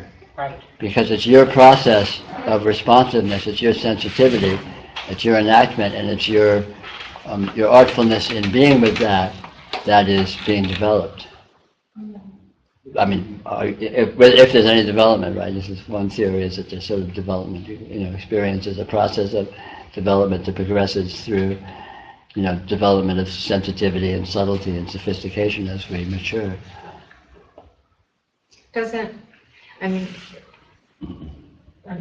I think it seems like there's this tendency to think like, okay, I'm going to develop more empathy, but doesn't empathy just happen like everything? Everything happens. Else Everything just happens. Even if you try to develop something, that just happens. Yeah. And just because you think you're developing something doesn't mean you actually are. Yeah. I once admired a quality in someone, and someone said to me, "You can't know that quality unless it's in you." Sure. Well, the fact that you admire it is about you. And whether or not it's even actually there is irrelevant.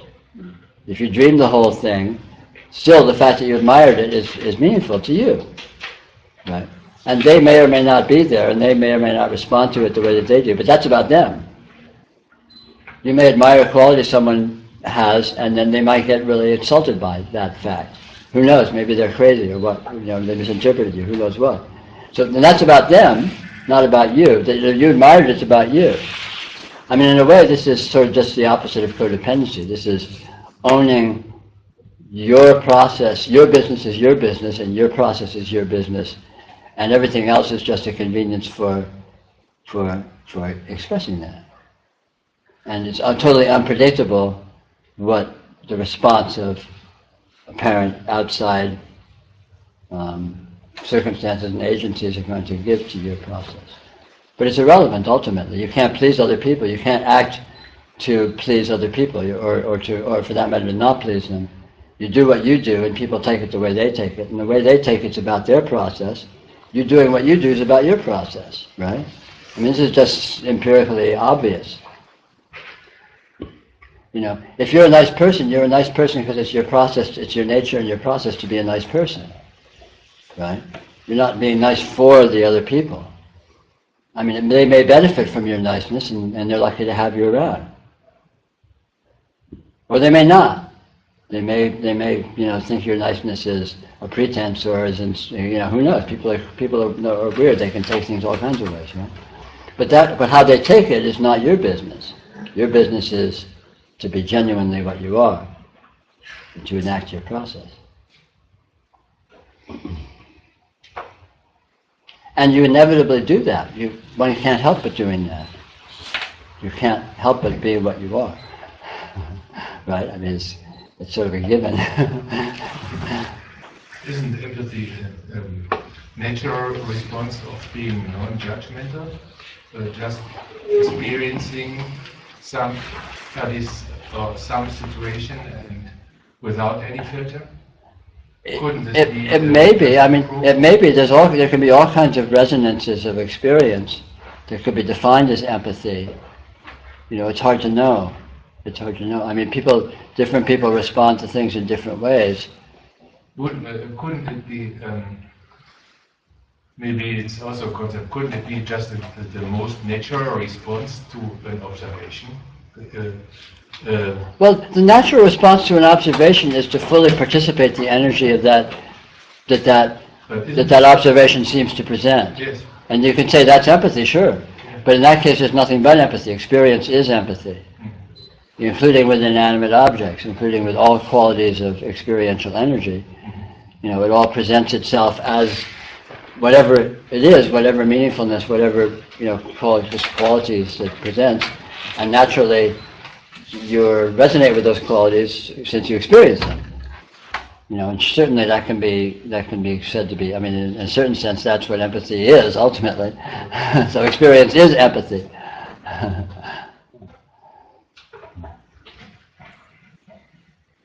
In experience, as one is experiencing, there is this, you want to call it this movement of discovery. Mm-hmm. Absolutely. Part of it. I wonder if there is another movement in experiencing, and that's love.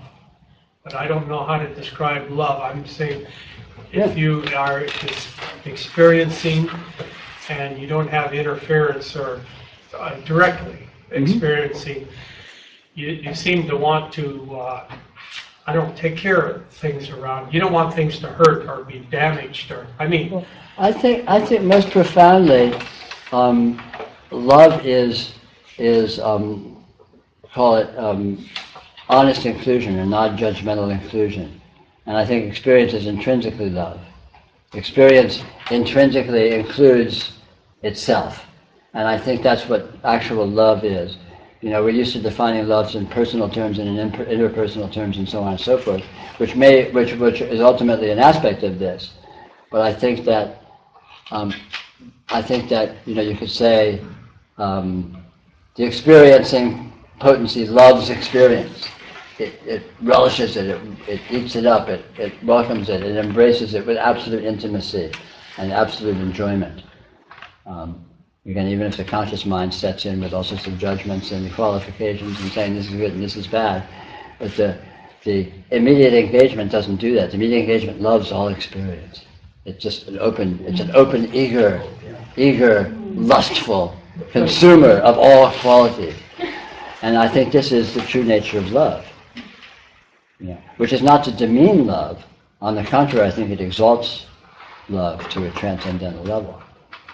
Because I think the nature of what is experiencing is the absolute. The nature of what is being experienced is the absolute. And the absolute loves itself. God loves itself. And that's what experience intrinsically is. I mean, structurally, it actually is nothing but that. Not metaphorically, but literally. And so, in a most profound and transcendental sense, experience is love. An eager and even voracious absolute inclusion and intimacy. I think all the interpersonal aspects that we of course recognize as humans and in normal human milieu is basically ramifications and aspects of that. I mean, it's said in various traditions, God is love, and I think this is the real meaning of it. God is truly love. God is absolute, entire, non-judgmental, totally valuing inclusion. God excludes nothing. And God is this experiential actuality, and it excludes nothing. There may, again, be subsequent judgmentalism, but that isn't excluded. Everything is included. So then, Peter, if that's the case, then the empathy or the my experience then of owning my experience and not taking on your experience, and yet there's one experience. Well, there's one experience, which is your experience as far as you know. Who's the me? Who's the my experience? Well, it doesn't matter. That's just a question that is actually irrelevant. Right. Your experience is an actuality, and the fact that you can't define it or reverse engineer it or say how it works is not to say it's not self-evidently and self-verifyingly actual, right? And that actuality is your experience, and it includes everything as far as you know. And so it would include? It includes your relationship, any relationship you have with any and all apparent others occurs within your experience. And your interaction and reaction and assimilation and all of that occurs within your experience. And yet I don't have, and yet it's included with non-judgmental. Well, it's intrinsically non-judgmental in its nature, and there may or may not be degrees of judgmentalism that are also present, but they are included non-judgmentally, because anything that is present is included non-judgmentally, even judgment. It seems like it is acceptance of the actuality. It's receiving it. Yeah, well, actuality is intrinsic. Actuality accepts itself, and the degree to which the individual can accept the actuality of their experience is the degree to which they settle into that same level of acceptance that is already intrinsically the case in the fact of experiencing. where we run into problems is where we don't want to accept it. Yeah, which is, and then we have to fall into partiality. We fall, even though the fact that we're experiencing something, we reject it, we don't identify it, we deny it, and then we fall into a partial identifying of that's not me. I'm that which doesn't like that, and you hold it away and push it away. But the fact that you're experiencing it means you've already engaged with it, so it's too late. So you may as well feed it. Of course. If it says it's hungry, then you feed it. Sure, whatever, or whatever. But yeah, I mean, the engagement is already a given, and then the artfulness of your interaction with it is just part and parcel. Is that it? Of your process of your own unfoldment.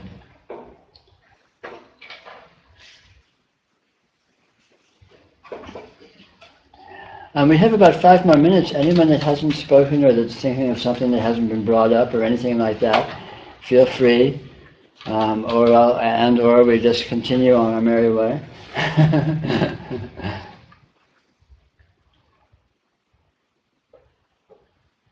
Yeah. Curious if non-physical beings are part of your experience of business. I think most being is non-physical. Most experience doesn't have a particular physical correlate. There's all sorts of flavors and moods and vibes and what have you that, even thought doesn't have a physical correlate. So so that is non-physical being. Whether or not it entifies into, some degree of functional focus that has some kind of degree of independent existence and all that is just a matter of speculation, and is ultimately unanswerable anyway. But yeah, most experience is non-physical, and even physical experience is a very simplistic assertion based on essentially non-physical experience, because all experience is essentially non-physical. I mean, here's the presence of light. Is light physical? I see you. Is it physical? I can say, oh, I'm seeing you because my eyes are seeing you. But I only know I have my eyes because they're present in the field of light. So the eyes are a presence of light. Or I could say the eyes are a presence of sensation. If I go like that, all of a sudden my eyes are present in the aspect of touch, right? But what is touch? Touch is just a tingling dynamism present in experience. Whether or not it's physical is kind of a cart before the horse. I know I have a physical body because I have a sense of touch, and to then argue that, but I have a sense of touch because I have a physical body is circular. The sensation is first, is primal, and then the interpretation is secondary.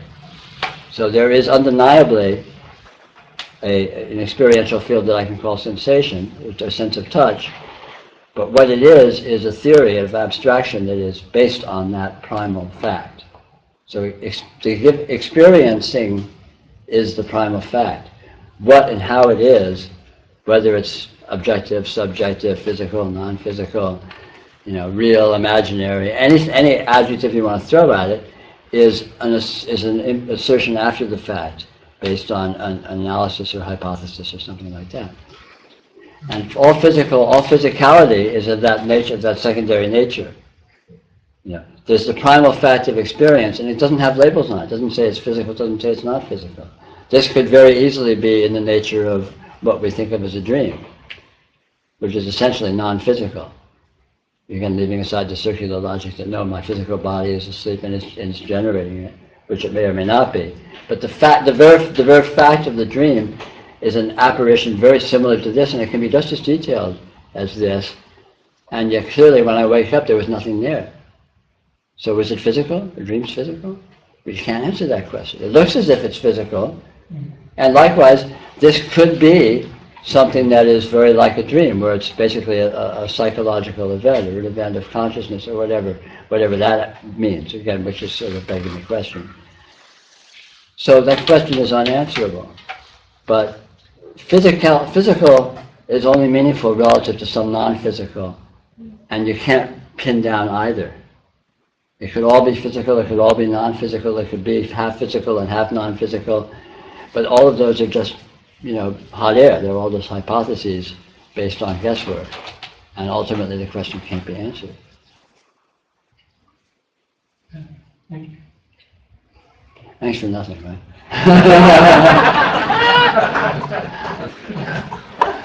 I'm afraid it's about quitting time. Thank you all very much for coming. I've had an absolutely wonderful time talking with all of you. I hope it's been enjoyable or interesting. Or, you know, I pray valuable, but that's too much to hope for. But at least fun and entertaining for all of you. It's been a pleasure. Thank you. Thanks, Peter.